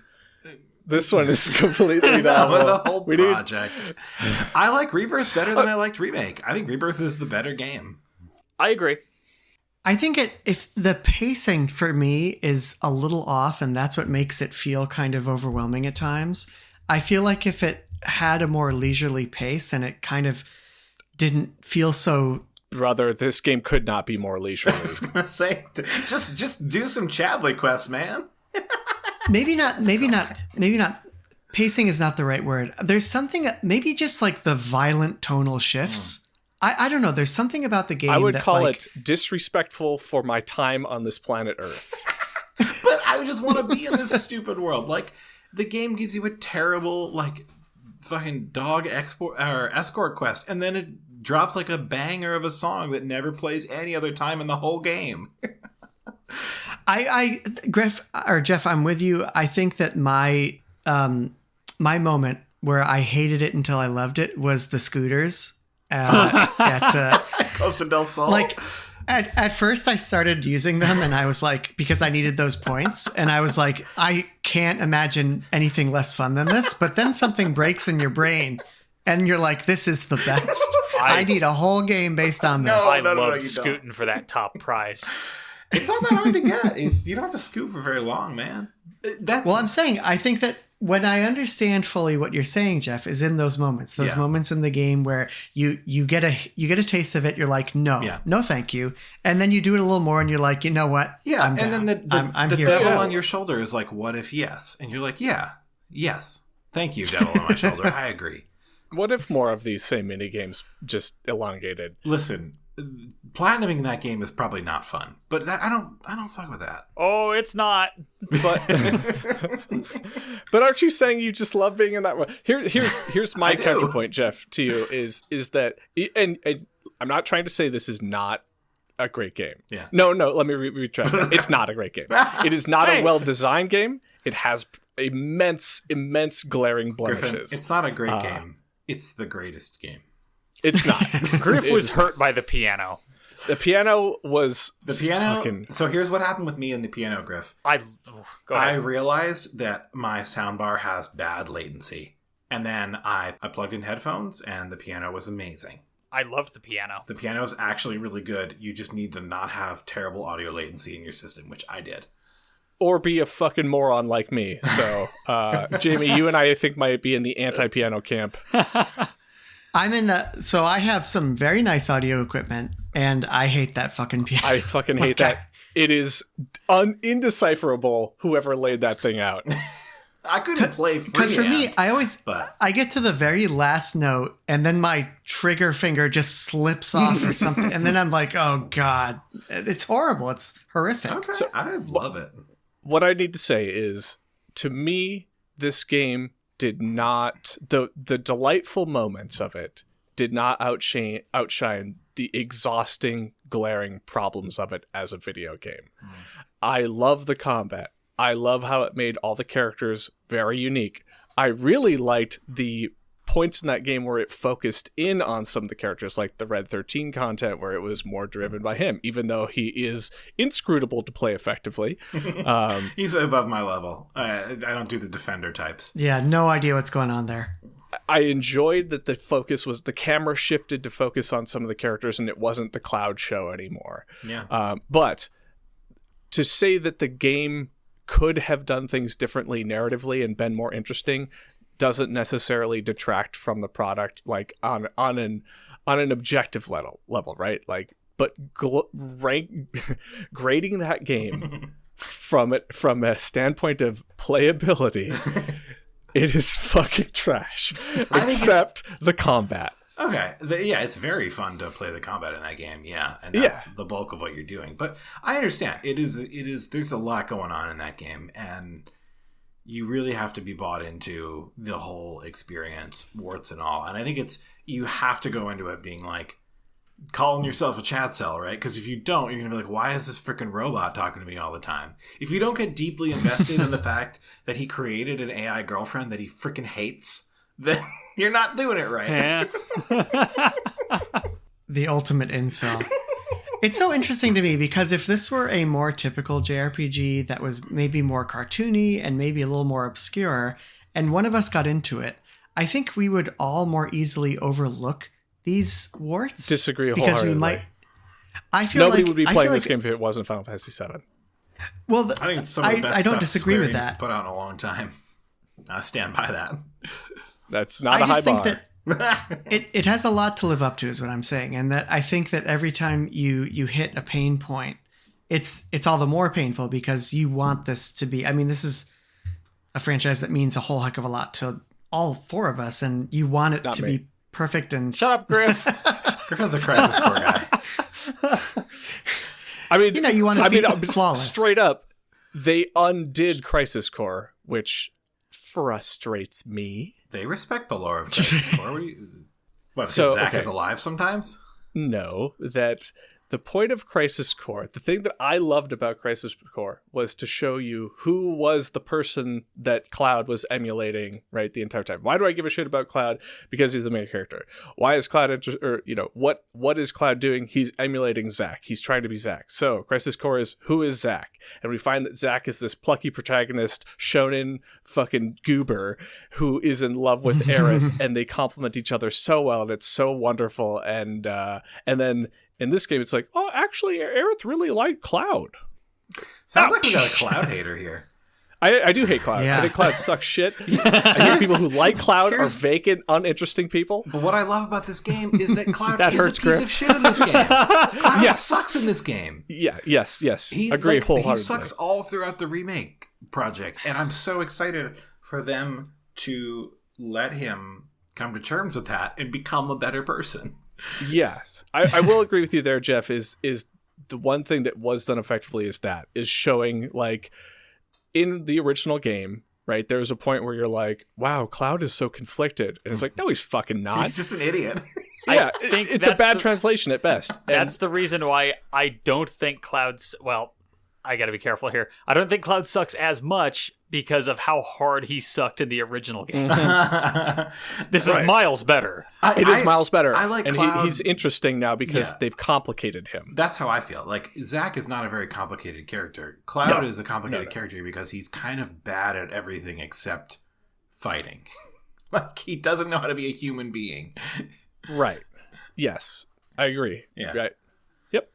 Anyway, I don't know. Yeah, go ahead. That's why I like Zach, is because he is like this paragon, right, that Cloud is trying to be, and that's where, the Goosebumpies were those two interacting together in a way that we've never been able to see on screen before.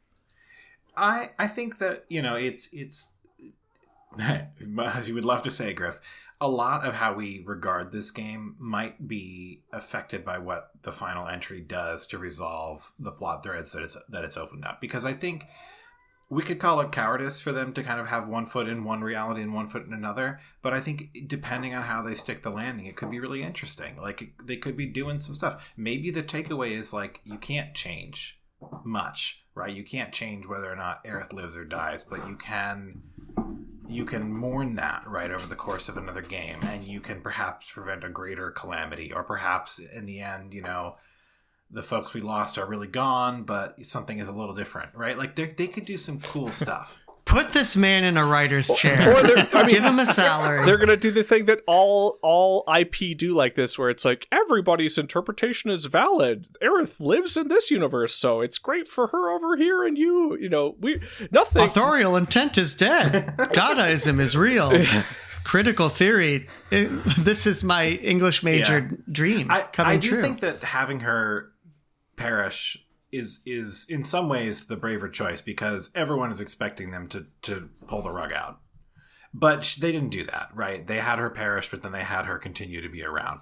So we have to see what happens. Which is the worst. We have It's to the see worst. We have to see what They happens. didn't pick a lane. Listen, what a game. What a big, lumpy doofus of a game. My favorite game of 2024, bar none.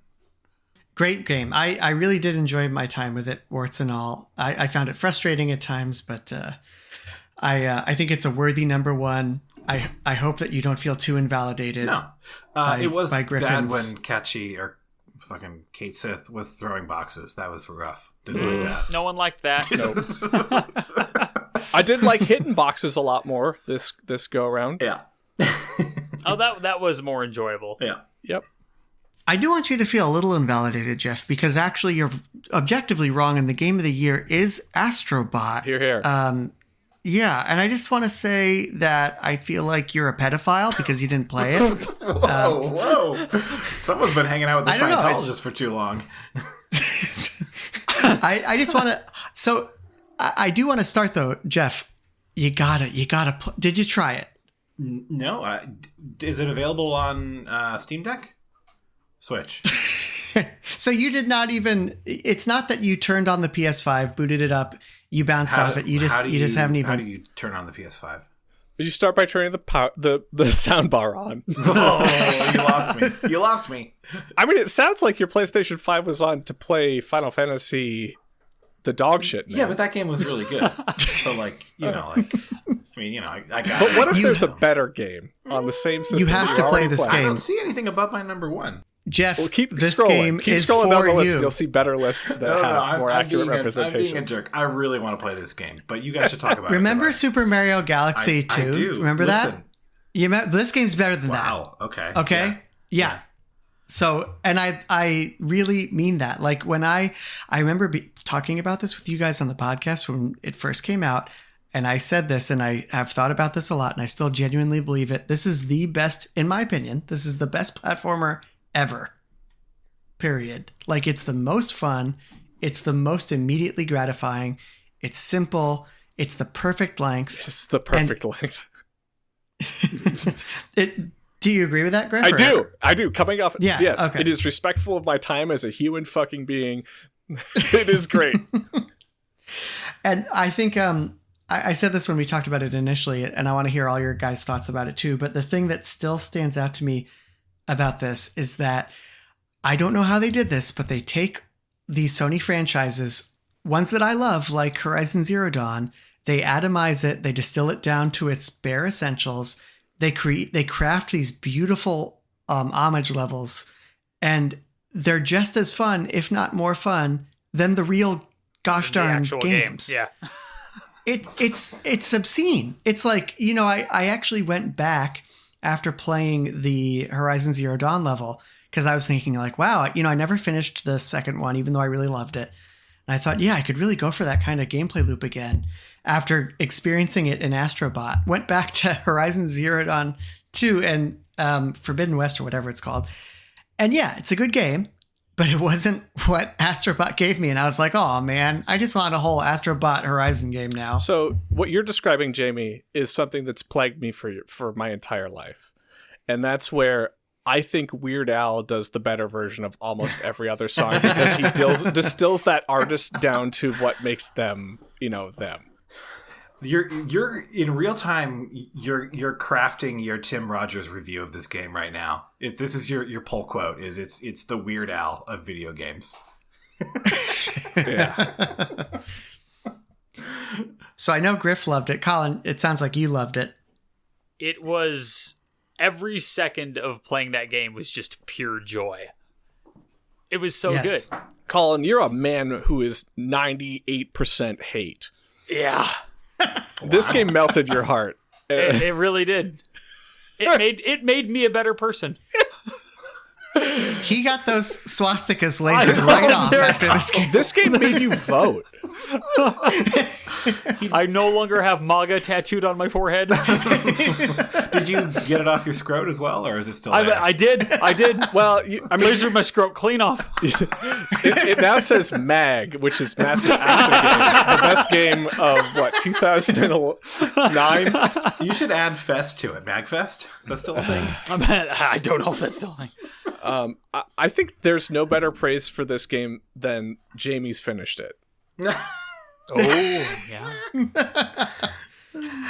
Oh man, I felt like I had no choice. I was completely transfixed, and I felt like it, like from the second I started playing until the end, it was like a blur. It was. I'm definitely going to play it again. It was so much fun. And then I platinumed it too. It's not hard to get the platinum. Have you guys gone back and played all the additional levels that they've added in? I have. Only the I first went and one. I played the speedrun, all the speedrun stuff, which was really fun, and the Christmas special level, which was very cute. I'll have to go back and check those out. I love how they've just been peppering those in. It's not a DLC. It's just, here you go. Here's They more just- yeah, of they what you slap loved it about on this. You know how in some games you play it and you're like, wow, I can't believe that they put this. I can't believe the developers took the time to craft this mechanic that completely deviates from the norm and does this wildly unique and exciting, well, maybe not unique, but like wildly different and exciting thing. And it's just there for a fleeting moment in comparison to the whole game at large. Like in FF7 Rebirth when you turn into a frog and you have to stand up. Yeah, Bad but Fall good. Guys. But good. that moment, but actually good. Like, what if they chose to make that minigame fun and not frustrating? God, that shit sucked so bad. I got the mega reward. It was awful. Yeah. But the music was now you got to great. get it again, though, on New Game Plus. Anyway, that action is done level after level. Like, it is non-stop. Holy shit, I can't believe that Astrobot is doing so much so different so rapidly that, right, like that could be its own game, you know, sussing out the more nuances of that sort of activity or mechanic, right? And instead it's like, hey, here's 2 levels devoted to being a sponge. Isn't that fucking wild? You know, and it drops it walks away from the microphone, and it's like, that was great. Now on to the next crazy adventure. Yeah, it feels very Mario. Yeah. I mean, that's everyone has the made sponge that was the comparison. heart melter moment for me. You become the big cute sponge. Sponge. Oh, Sponge that's so good. Yeah, love Sponge. God, that was so good. It is my God. one negative about this game is that they didn't put. I wanted a second mouse level. That's the craziest thing about this game. So many of these things, it's like, okay, you could totally serve me up 5 of these levels. The mouse was And, so like, cool. You built the tech. Like any other developer would force feed me in this until I'm sick of it. Yeah. But they would create this totally unique thing and then just give it to you, you know, in one level, and that's it. You know, I respect that so much. Same here. That's why I bring that up. That's why I think it's worth calling out. And not to dunk on Geoff or anything, but I'm just saying, like, in juxtaposition to a game that didn't do that well, right? You have something that executes that poorly. You've got Astrobot, which does it phenomenally. Those 2 games couldn't be like farther apart in terms of their goals, though, right? Like, Astrobot is just focused on being a fun platformer, obviously heavily cribbing from the greats, but like, it's all about a focused, tight experience, whereas that is not what FF7 Rebirth is. Well, it brings up an interesting point because, these are both, relatively big budget Sony games. I would assume that not Sony Both games. homage but, driven. Yes. You would assume that the pressures to make the game longer and you would assume that the pressures were probably similar and somehow Team Asobi just got away with not needing to do that. I don't think the pressure was as high for Astrobot. I mean, I don't know what the development cost looked like. I can't imagine it was cheap. Well, it doesn't matter the costs. It's the decision of the director to say, no, we're going to be live. We're going to cut content, and we're going to make this impactful. What I'm trying to say, though, right, is I don't know if the pressures were the same, right? Like, I don't know if Sony was breathing down Team Asobi's neck. This was like them putting themselves on the map. I disagree. Okay. I mean, there were other games that... Team Asobi has launched many games that were successful. Yeah, but like nothing on this scale.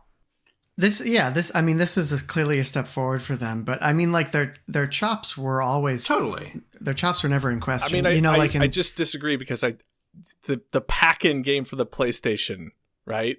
The Astrobot game that came with the console was fucking great. Better than most games I've played in recent memory. Yeah. Right. No, I'm and with the you. VR game, demo. the VR Listen, Astrobot I game. really had a great time with Astrobot. The Rescue Mission or whatever the one that came with the PS5 was called. It's not Rescue Mission, but whatever it's called. Playroom. Playroom. Thank you, Astro's Playroom. It was fun.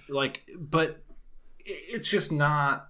You cannot compare the lineage and expectations associated with a massive entity like Square Enix putting out a big remake in a storied franchise versus a game that showed up in a PlayStation Direct with little fanfare from a studio that is known but not broadly known. Like, they're just not on the same level. I mean, again, I don't know what the costs look like. I can't imagine this is one of their most expensive games, though. But Geoff, I think when you play this, I hope you'll agree that it's just like a total masterstroke. Oh yeah, like it feels. I'm sure I will put it in the Pantheon. I got. What are we gonna do, guys? How do we get Geoff to? Do we trick I don't know him? why Geoff do we hates say like Astrobot so much.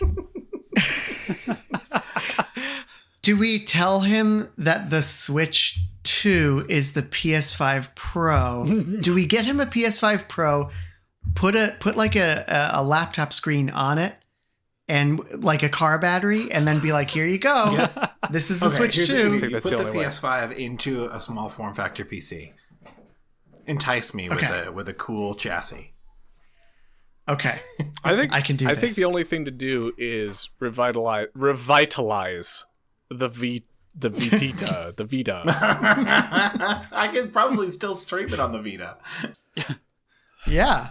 Astrobot kicks ass. Somebody buy me a PlayStation Portal. I would agree with you that it is the best 2024 game of 2024 to come out that year and be played. Griffin, well, okay. Listen, I don't even, like, I have no grievance with Astrobot. I think it's, it is a game I absolutely want to play. So I appreciate you guys reminding me, like, hey, this is Mario Galaxy 2 level, which is, to me, that's all I need to hear from you, Jamie. Like, that tells me they understood the Odyssey. assignment. It's an Odyssey. Like. Yeah, Galaxy 2 is better. I think it is close. It plays closer to Odyssey, Geoff, but I think what Griff means is like it's modern. It feels modern. I have gone back and played Galaxy 2, and there are some interesting pain points when you play that game in 2024 or 2025. But like, I think when I think of my personal favorite platformers, it's this, and then it's Galaxy 2. Okay. Even though I love Odyssey. Yeah, I will definitely give it a whirl at some point. I just have to force myself to turn my PlayStation on. Banger soundtrack, some of the best music of the year. Absolutely. Balatro has Also, one good song. Final Fantasy VII has maybe 200. No. I mean, they're all just remakes of previous songs, right? Shut up. No, there's a couple new ones in there. There's a couple new ones, and those were really good. They were good. Borrowing the Insert Credit podcast's Sega game definition, it's also a Sega game. Like there's blue skies, crazy music, fluid, fun, irreverent. Griffin just moved it down his list after you said that. Yeah, I don't know. I don't know how being a Sega game helps it out. I don't know. All I'm saying is it's the outrun of platformers. That's all I'm saying. I mean, I think earlier you said it's the platformer of platformers because it's the definition. Listen, it's the destiny of platformers. Oh no! Oh, Metroid Prime 3. No, I'm delighted that it's gotten traction. That it I think it won Game of the Year in the Game Awards, right? Like it did. That to me, well deserved. It feels like a deserving game, right? In the same way that I want to elevate something like Balatro, I want to elevate Astrobot because not the world's biggest game, not in line with Sony's stated mission of making dumb big movie games that are getting a little tired. It's just fun and good, and I definitely want to play it. Right. And apparently it has sold 1.5 million units, but according to Team Asobi, that's a success, whereas the new Dragon Age sold 1.5 million units, and that's licensed to completely demolish that old studio. Well, yeah, that tells me the scope of the budget was completely different. Didn't Asobi also get called once already? Weren't they on the cutting room floor? I thought they were about to axe that studio. I thought so too. Didn't Asobi have a different identity previously? Weren't they part of like Sony Japan or something? And then I'll look them up. They were formed as part of Japan Studio. Yeah, and then Japan Studio is no more, I think. And Team Asobi is its own thing now, yeah.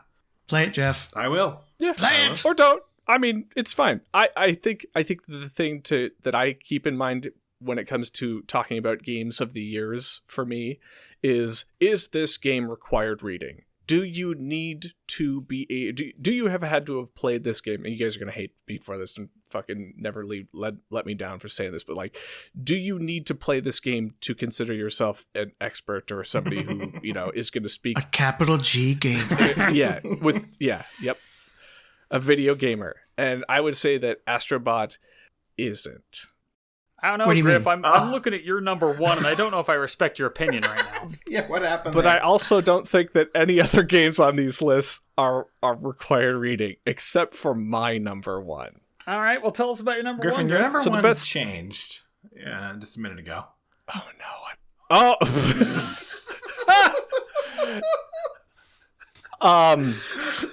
Yeah. some things just burn too hot and bright too quickly that you can't. They Well, it's can't either be this of or, this or earth for long Suicide enough. Squad kill the Justice League, right? Yeah, right. Talk about. Wait, did that game even? That game did come out in 2024. Yeah. It came out and it ended in 2024.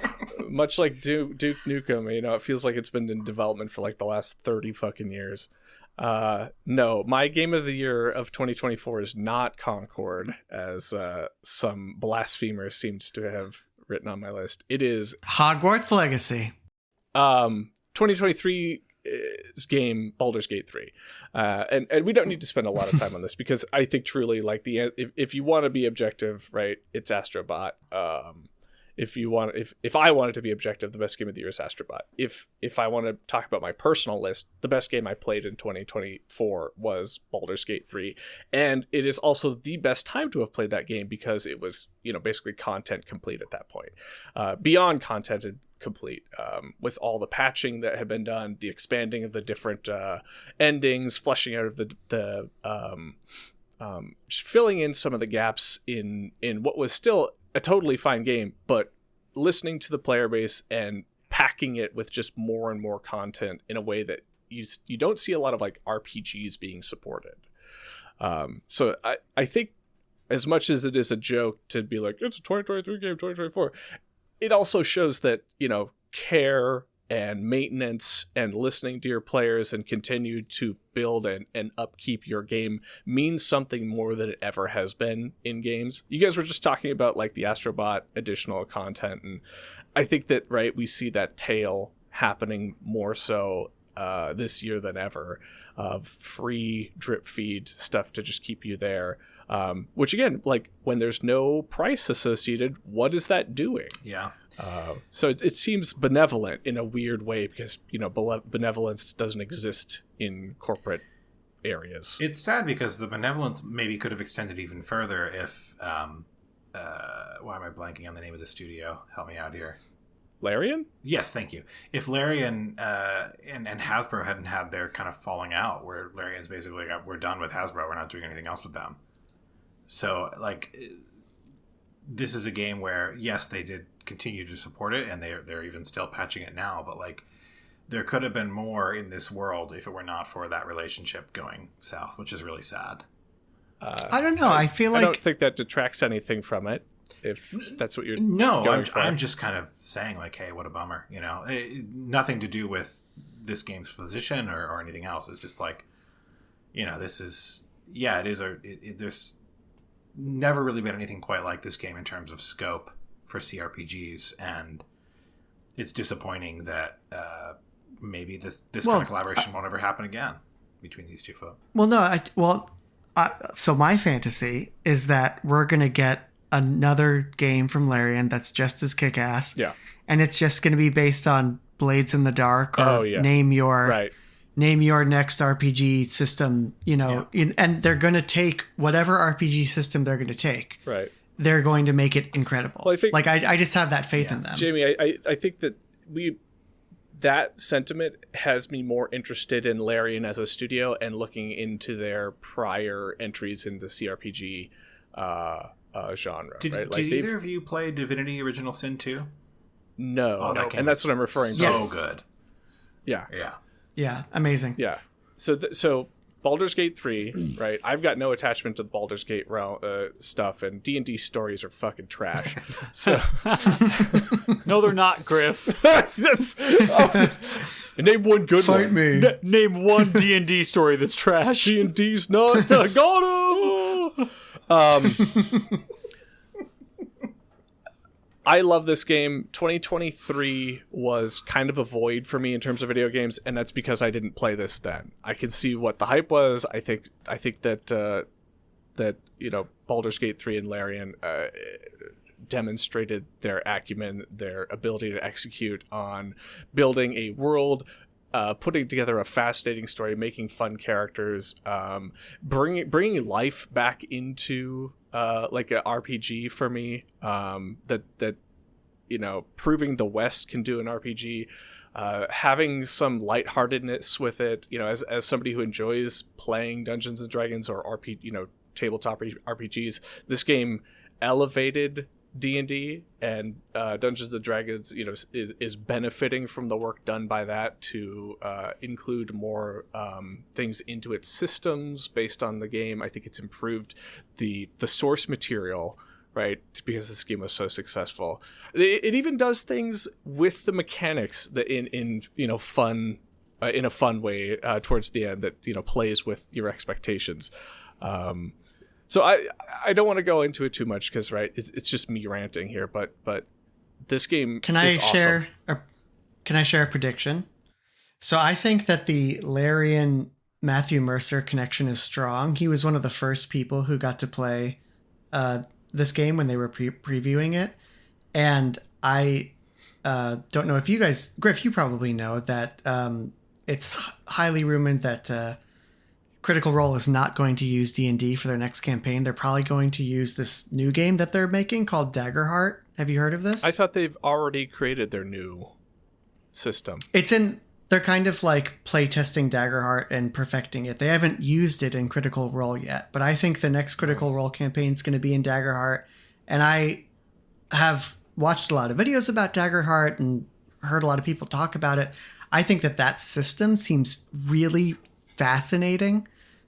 Simple changes that I think could be hugely beneficial for just TTRPGs in general, like using 2 12-sided die instead of a single 20-sided die. You wouldn't think that would make such a huge difference, but if you watch videos about the math of it and how that could affect storytelling, it's actually huge. And I hope that Larian uses this system or some other cool kick-ass system that I've never heard of in their next game. I hope that they use anything but D&D because I don't understand that shit. That's the one thing about that game that I didn't much care for is the combat, because I was like, what is this? This is Jamie, your point, and Geoff, to answer that, I think that this game is successful because it elucidates D&D's rules in a way that is sometimes hard to wrap your mind around when you're playing it in the tabletop format. So I think Larian did an incredible job in gamifying something that has been notoriously opaque, inscrutable at times, is notorious for having, poorly written rules that require rules lawyering to unpack. Dungeons & Dragons started out as a combat simulator, right? In its original inception iterations, and has been just continuing to heap on different systems to it. And because of that constant heaping, it's just become so bloated and bogged, and you have to, navigate many different rule systems where, combat and conversation feel so disconnected. And I think that this game takes a lot of those problems with D&D and brings it into a game that is super fun to play, and also works within a way gamers' minds work. So I love that about it. I think it's really good. I think it was, I put in a lot of hours. I put in many hours, but never was there a point where I was like, this is overstaying its welcome. It always had me hooked and kept me moving forward. Everything felt interesting and well-crafted and intentional. It didn't feel like there was any bloat. I don't know. I adored it. Yeah, I'm with you. To my earlier point too, it is required reading. You have to play this game. Yeah, I agree. And I could see how you would say that about something like Astrobot, because Astrobot is derivative. It's the ultimate product, right? It's the platonic ideal of what that game of what a platformer is. Mm-hmm. But I feel like in many ways, Baldur's Gate 3 is like the first time someone took D&D and put it into a game and made it work 100%. So I see you there. Thank you. I see you. Yeah. I think too, that is maybe the funny, ironic thing about Astrobot is this year Sony execs came out and they're like, there's not enough Sony IPs, or Sony has lost its identity. And you're like, dog, you produced Astrobot, an incredible game that is homage driven, right? Like that references and harkens to all these amazing things that are Sony products. Like, what the fuck? This game is a showcase for what is Sony. Yeah.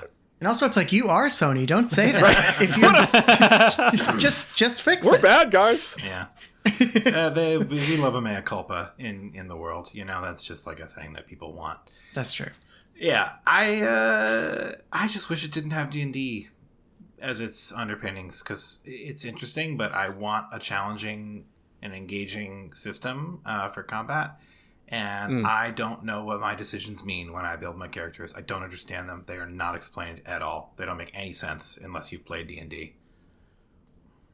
That you are not wrong about. Yeah, and I haven't played D&D. So the game is telling me you must be this tall to enter, and I'm not tall enough. So I just muddled my way through. And it's frustrating. Yeah. And Divinity Original Sin 2 had its own combat system. It was doing its own thing. It was also tactical, which I like better. And that was easier for me. I don't understand how you don't see this game as being a tactical game. It was also turn-based tactical, which I like better. This is pseudo real-time, which is fine. I don't mind that at all. I don't know. What is that distinction? Okay. Turn and... was it grid? I don't know. They're slightly different. Anyway, it's fine. AP, whatever. Don't worry about it. But basically, I understood that game, and I don't understand... Advanced placement? Sure. And I don't understand Baldur's Gate, and I wish I did. I wish I could understand what was happening in combat, but I feel like a dummy. You could push people. You sure can. Defenestration. You fenestrate them out the fucking map. But I want to push back on that gently, and I want to hear what you think about this, Griffin. You too, Collin, if you played any TTRPGs. But as someone who has played some TTRPGs, not as much D&D as like Griff has, when you create a character in Dungeons and Dragons, and when you choose your class, and when you're thinking about your stats and all that, it doesn't fucking matter. Like you're not doing it because because. I mean, like, I feel like a good dungeon, in my experience, and I've had very forgiving dungeon masters who will make my broken character work. You know, like they'll make my nonsense choices like amount to something for me, and I feel like that's, for me, that's like the heart of D&D. And I understand why that can be frustrating. Because it's less like, how do I optimize this? And it's more like, I'm just going to shadow step everywhere. Yeah, because that's cool. So Collin has played infinitely more D&D than I have.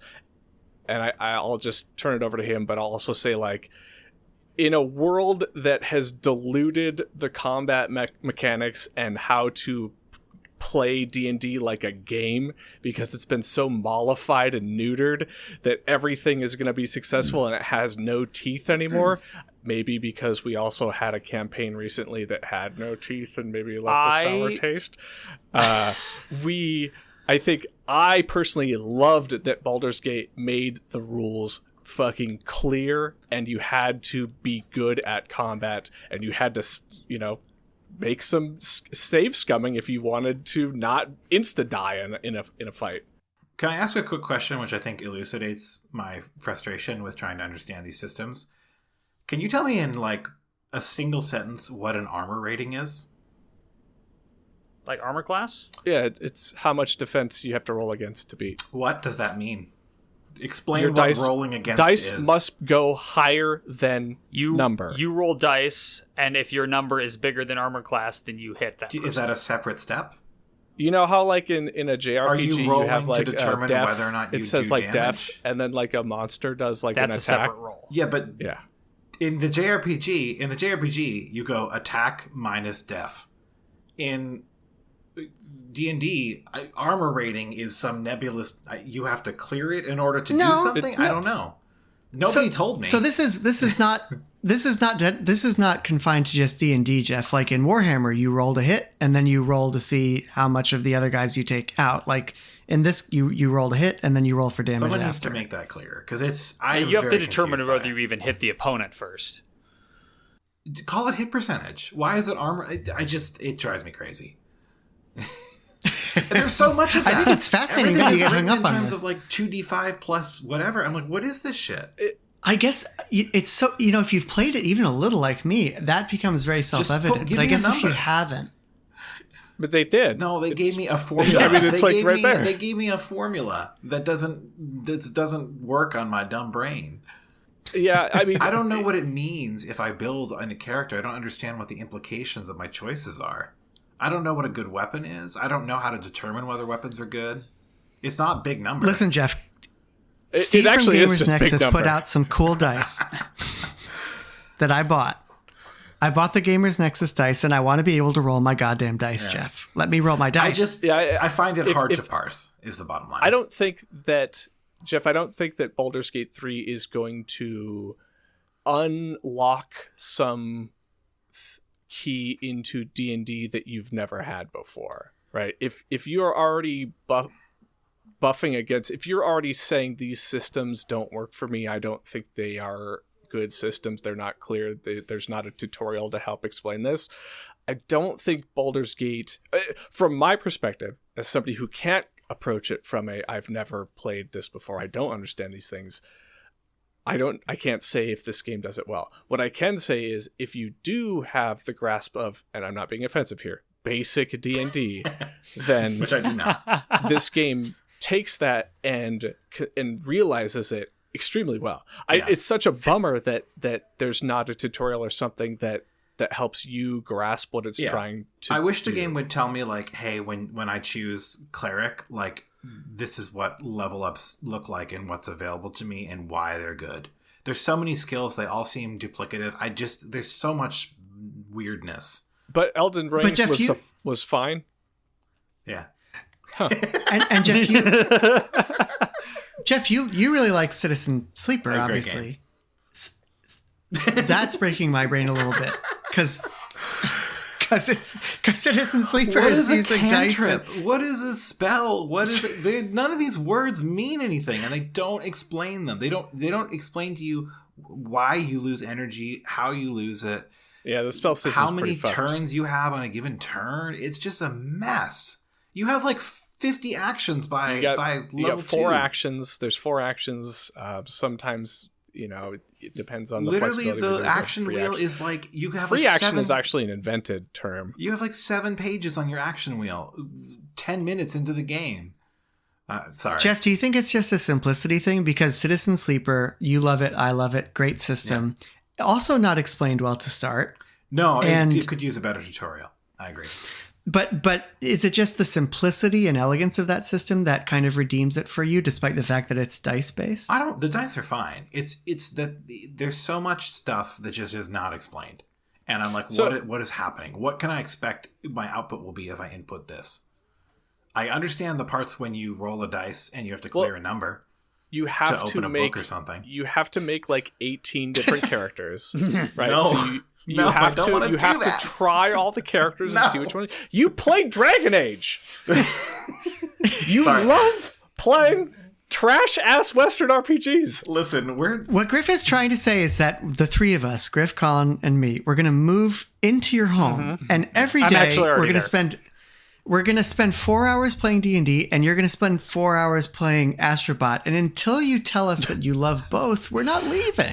I'm sorry. I'm taking your Switch. Listen, we're 2 hours deep into a podcast, which we should end because I'm tired. But I think my activation phrase was required reading because I was like, I really love this game. But the thought of trying to understand its systems puts me off it. I just don't want to do it. And I don't want to play a game that has no challenge. So I'm stuck. I'm waiting for it to be fully patched. It sounds like you haven't even cleared the first level of challenge, which is understand how it works. I mean, I got to the town and I explored it. Have you read the manual? Cool. Have you considered reading hundreds of various D&D manuals? I looked at the tooltips and they're not enough. Yeah, it sounds like the problem is between the keyboard and the floor. Anyway, great game. I will can't wait to play it. The last thing I want to say is that like I do disagree with and again I'm not as experienced, but I do disagree with Griff and Collin just a little bit in that I do think it's possible to enjoy D&D casually with a great DM. Oh, 100%. And that's what there's no fight there. And that's what you're getting with BG3. I mean, you're getting the best DM ever. You're getting an incredible experience playing D&D. I've never had one of those before. Okay, all right. Anyway, hey, Game of the Year 2023 and 24. Great game. Solid game. Yes. My favorite, yeah, definitely. But Astrobot was pretty damn good. Yeah. Hogwarts Legacy right behind, though. I'm glad right. that no one had Wukong on their list. Didn't play it. Or as I like to tried, call it, Bad Mid Poo Dong. I'm so glad you said that because I tried to love that game, Collin, and it's not fun, Collin. I don't like Collin? it. That's why it's not on the list. God, Collin. I didn't play it and I Thanks for hated it. Bringing us down. I want to play Unicorn Overlord. I bought it. Me too. Me Should too. really play it. I'm calling it, folks. Game of the Year 2024 in the bag.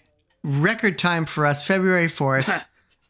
we're like really we're on point here. 2 podcasts, I'm thinking, already as many as we did last year. yeah. Hey, I was clearing out my Google Drive, and we did more than 2 last year. For the Patreon supporters, if you give $420 or more per month, you will get access. We do put out episodes every 12 hours. And if you want those, just go to our Patreon, $420, and you can get access every 12 hours to our musings. Otherwise, you're going to have to, bear with us and take an episode every 2 weeks or month or 6 months or whatever we can do. I'm going to actually undercut that deal. I'm going to say if you give $419, I'll do a podcast with you, sender of money. Whenever you want. But this is a lot of fun.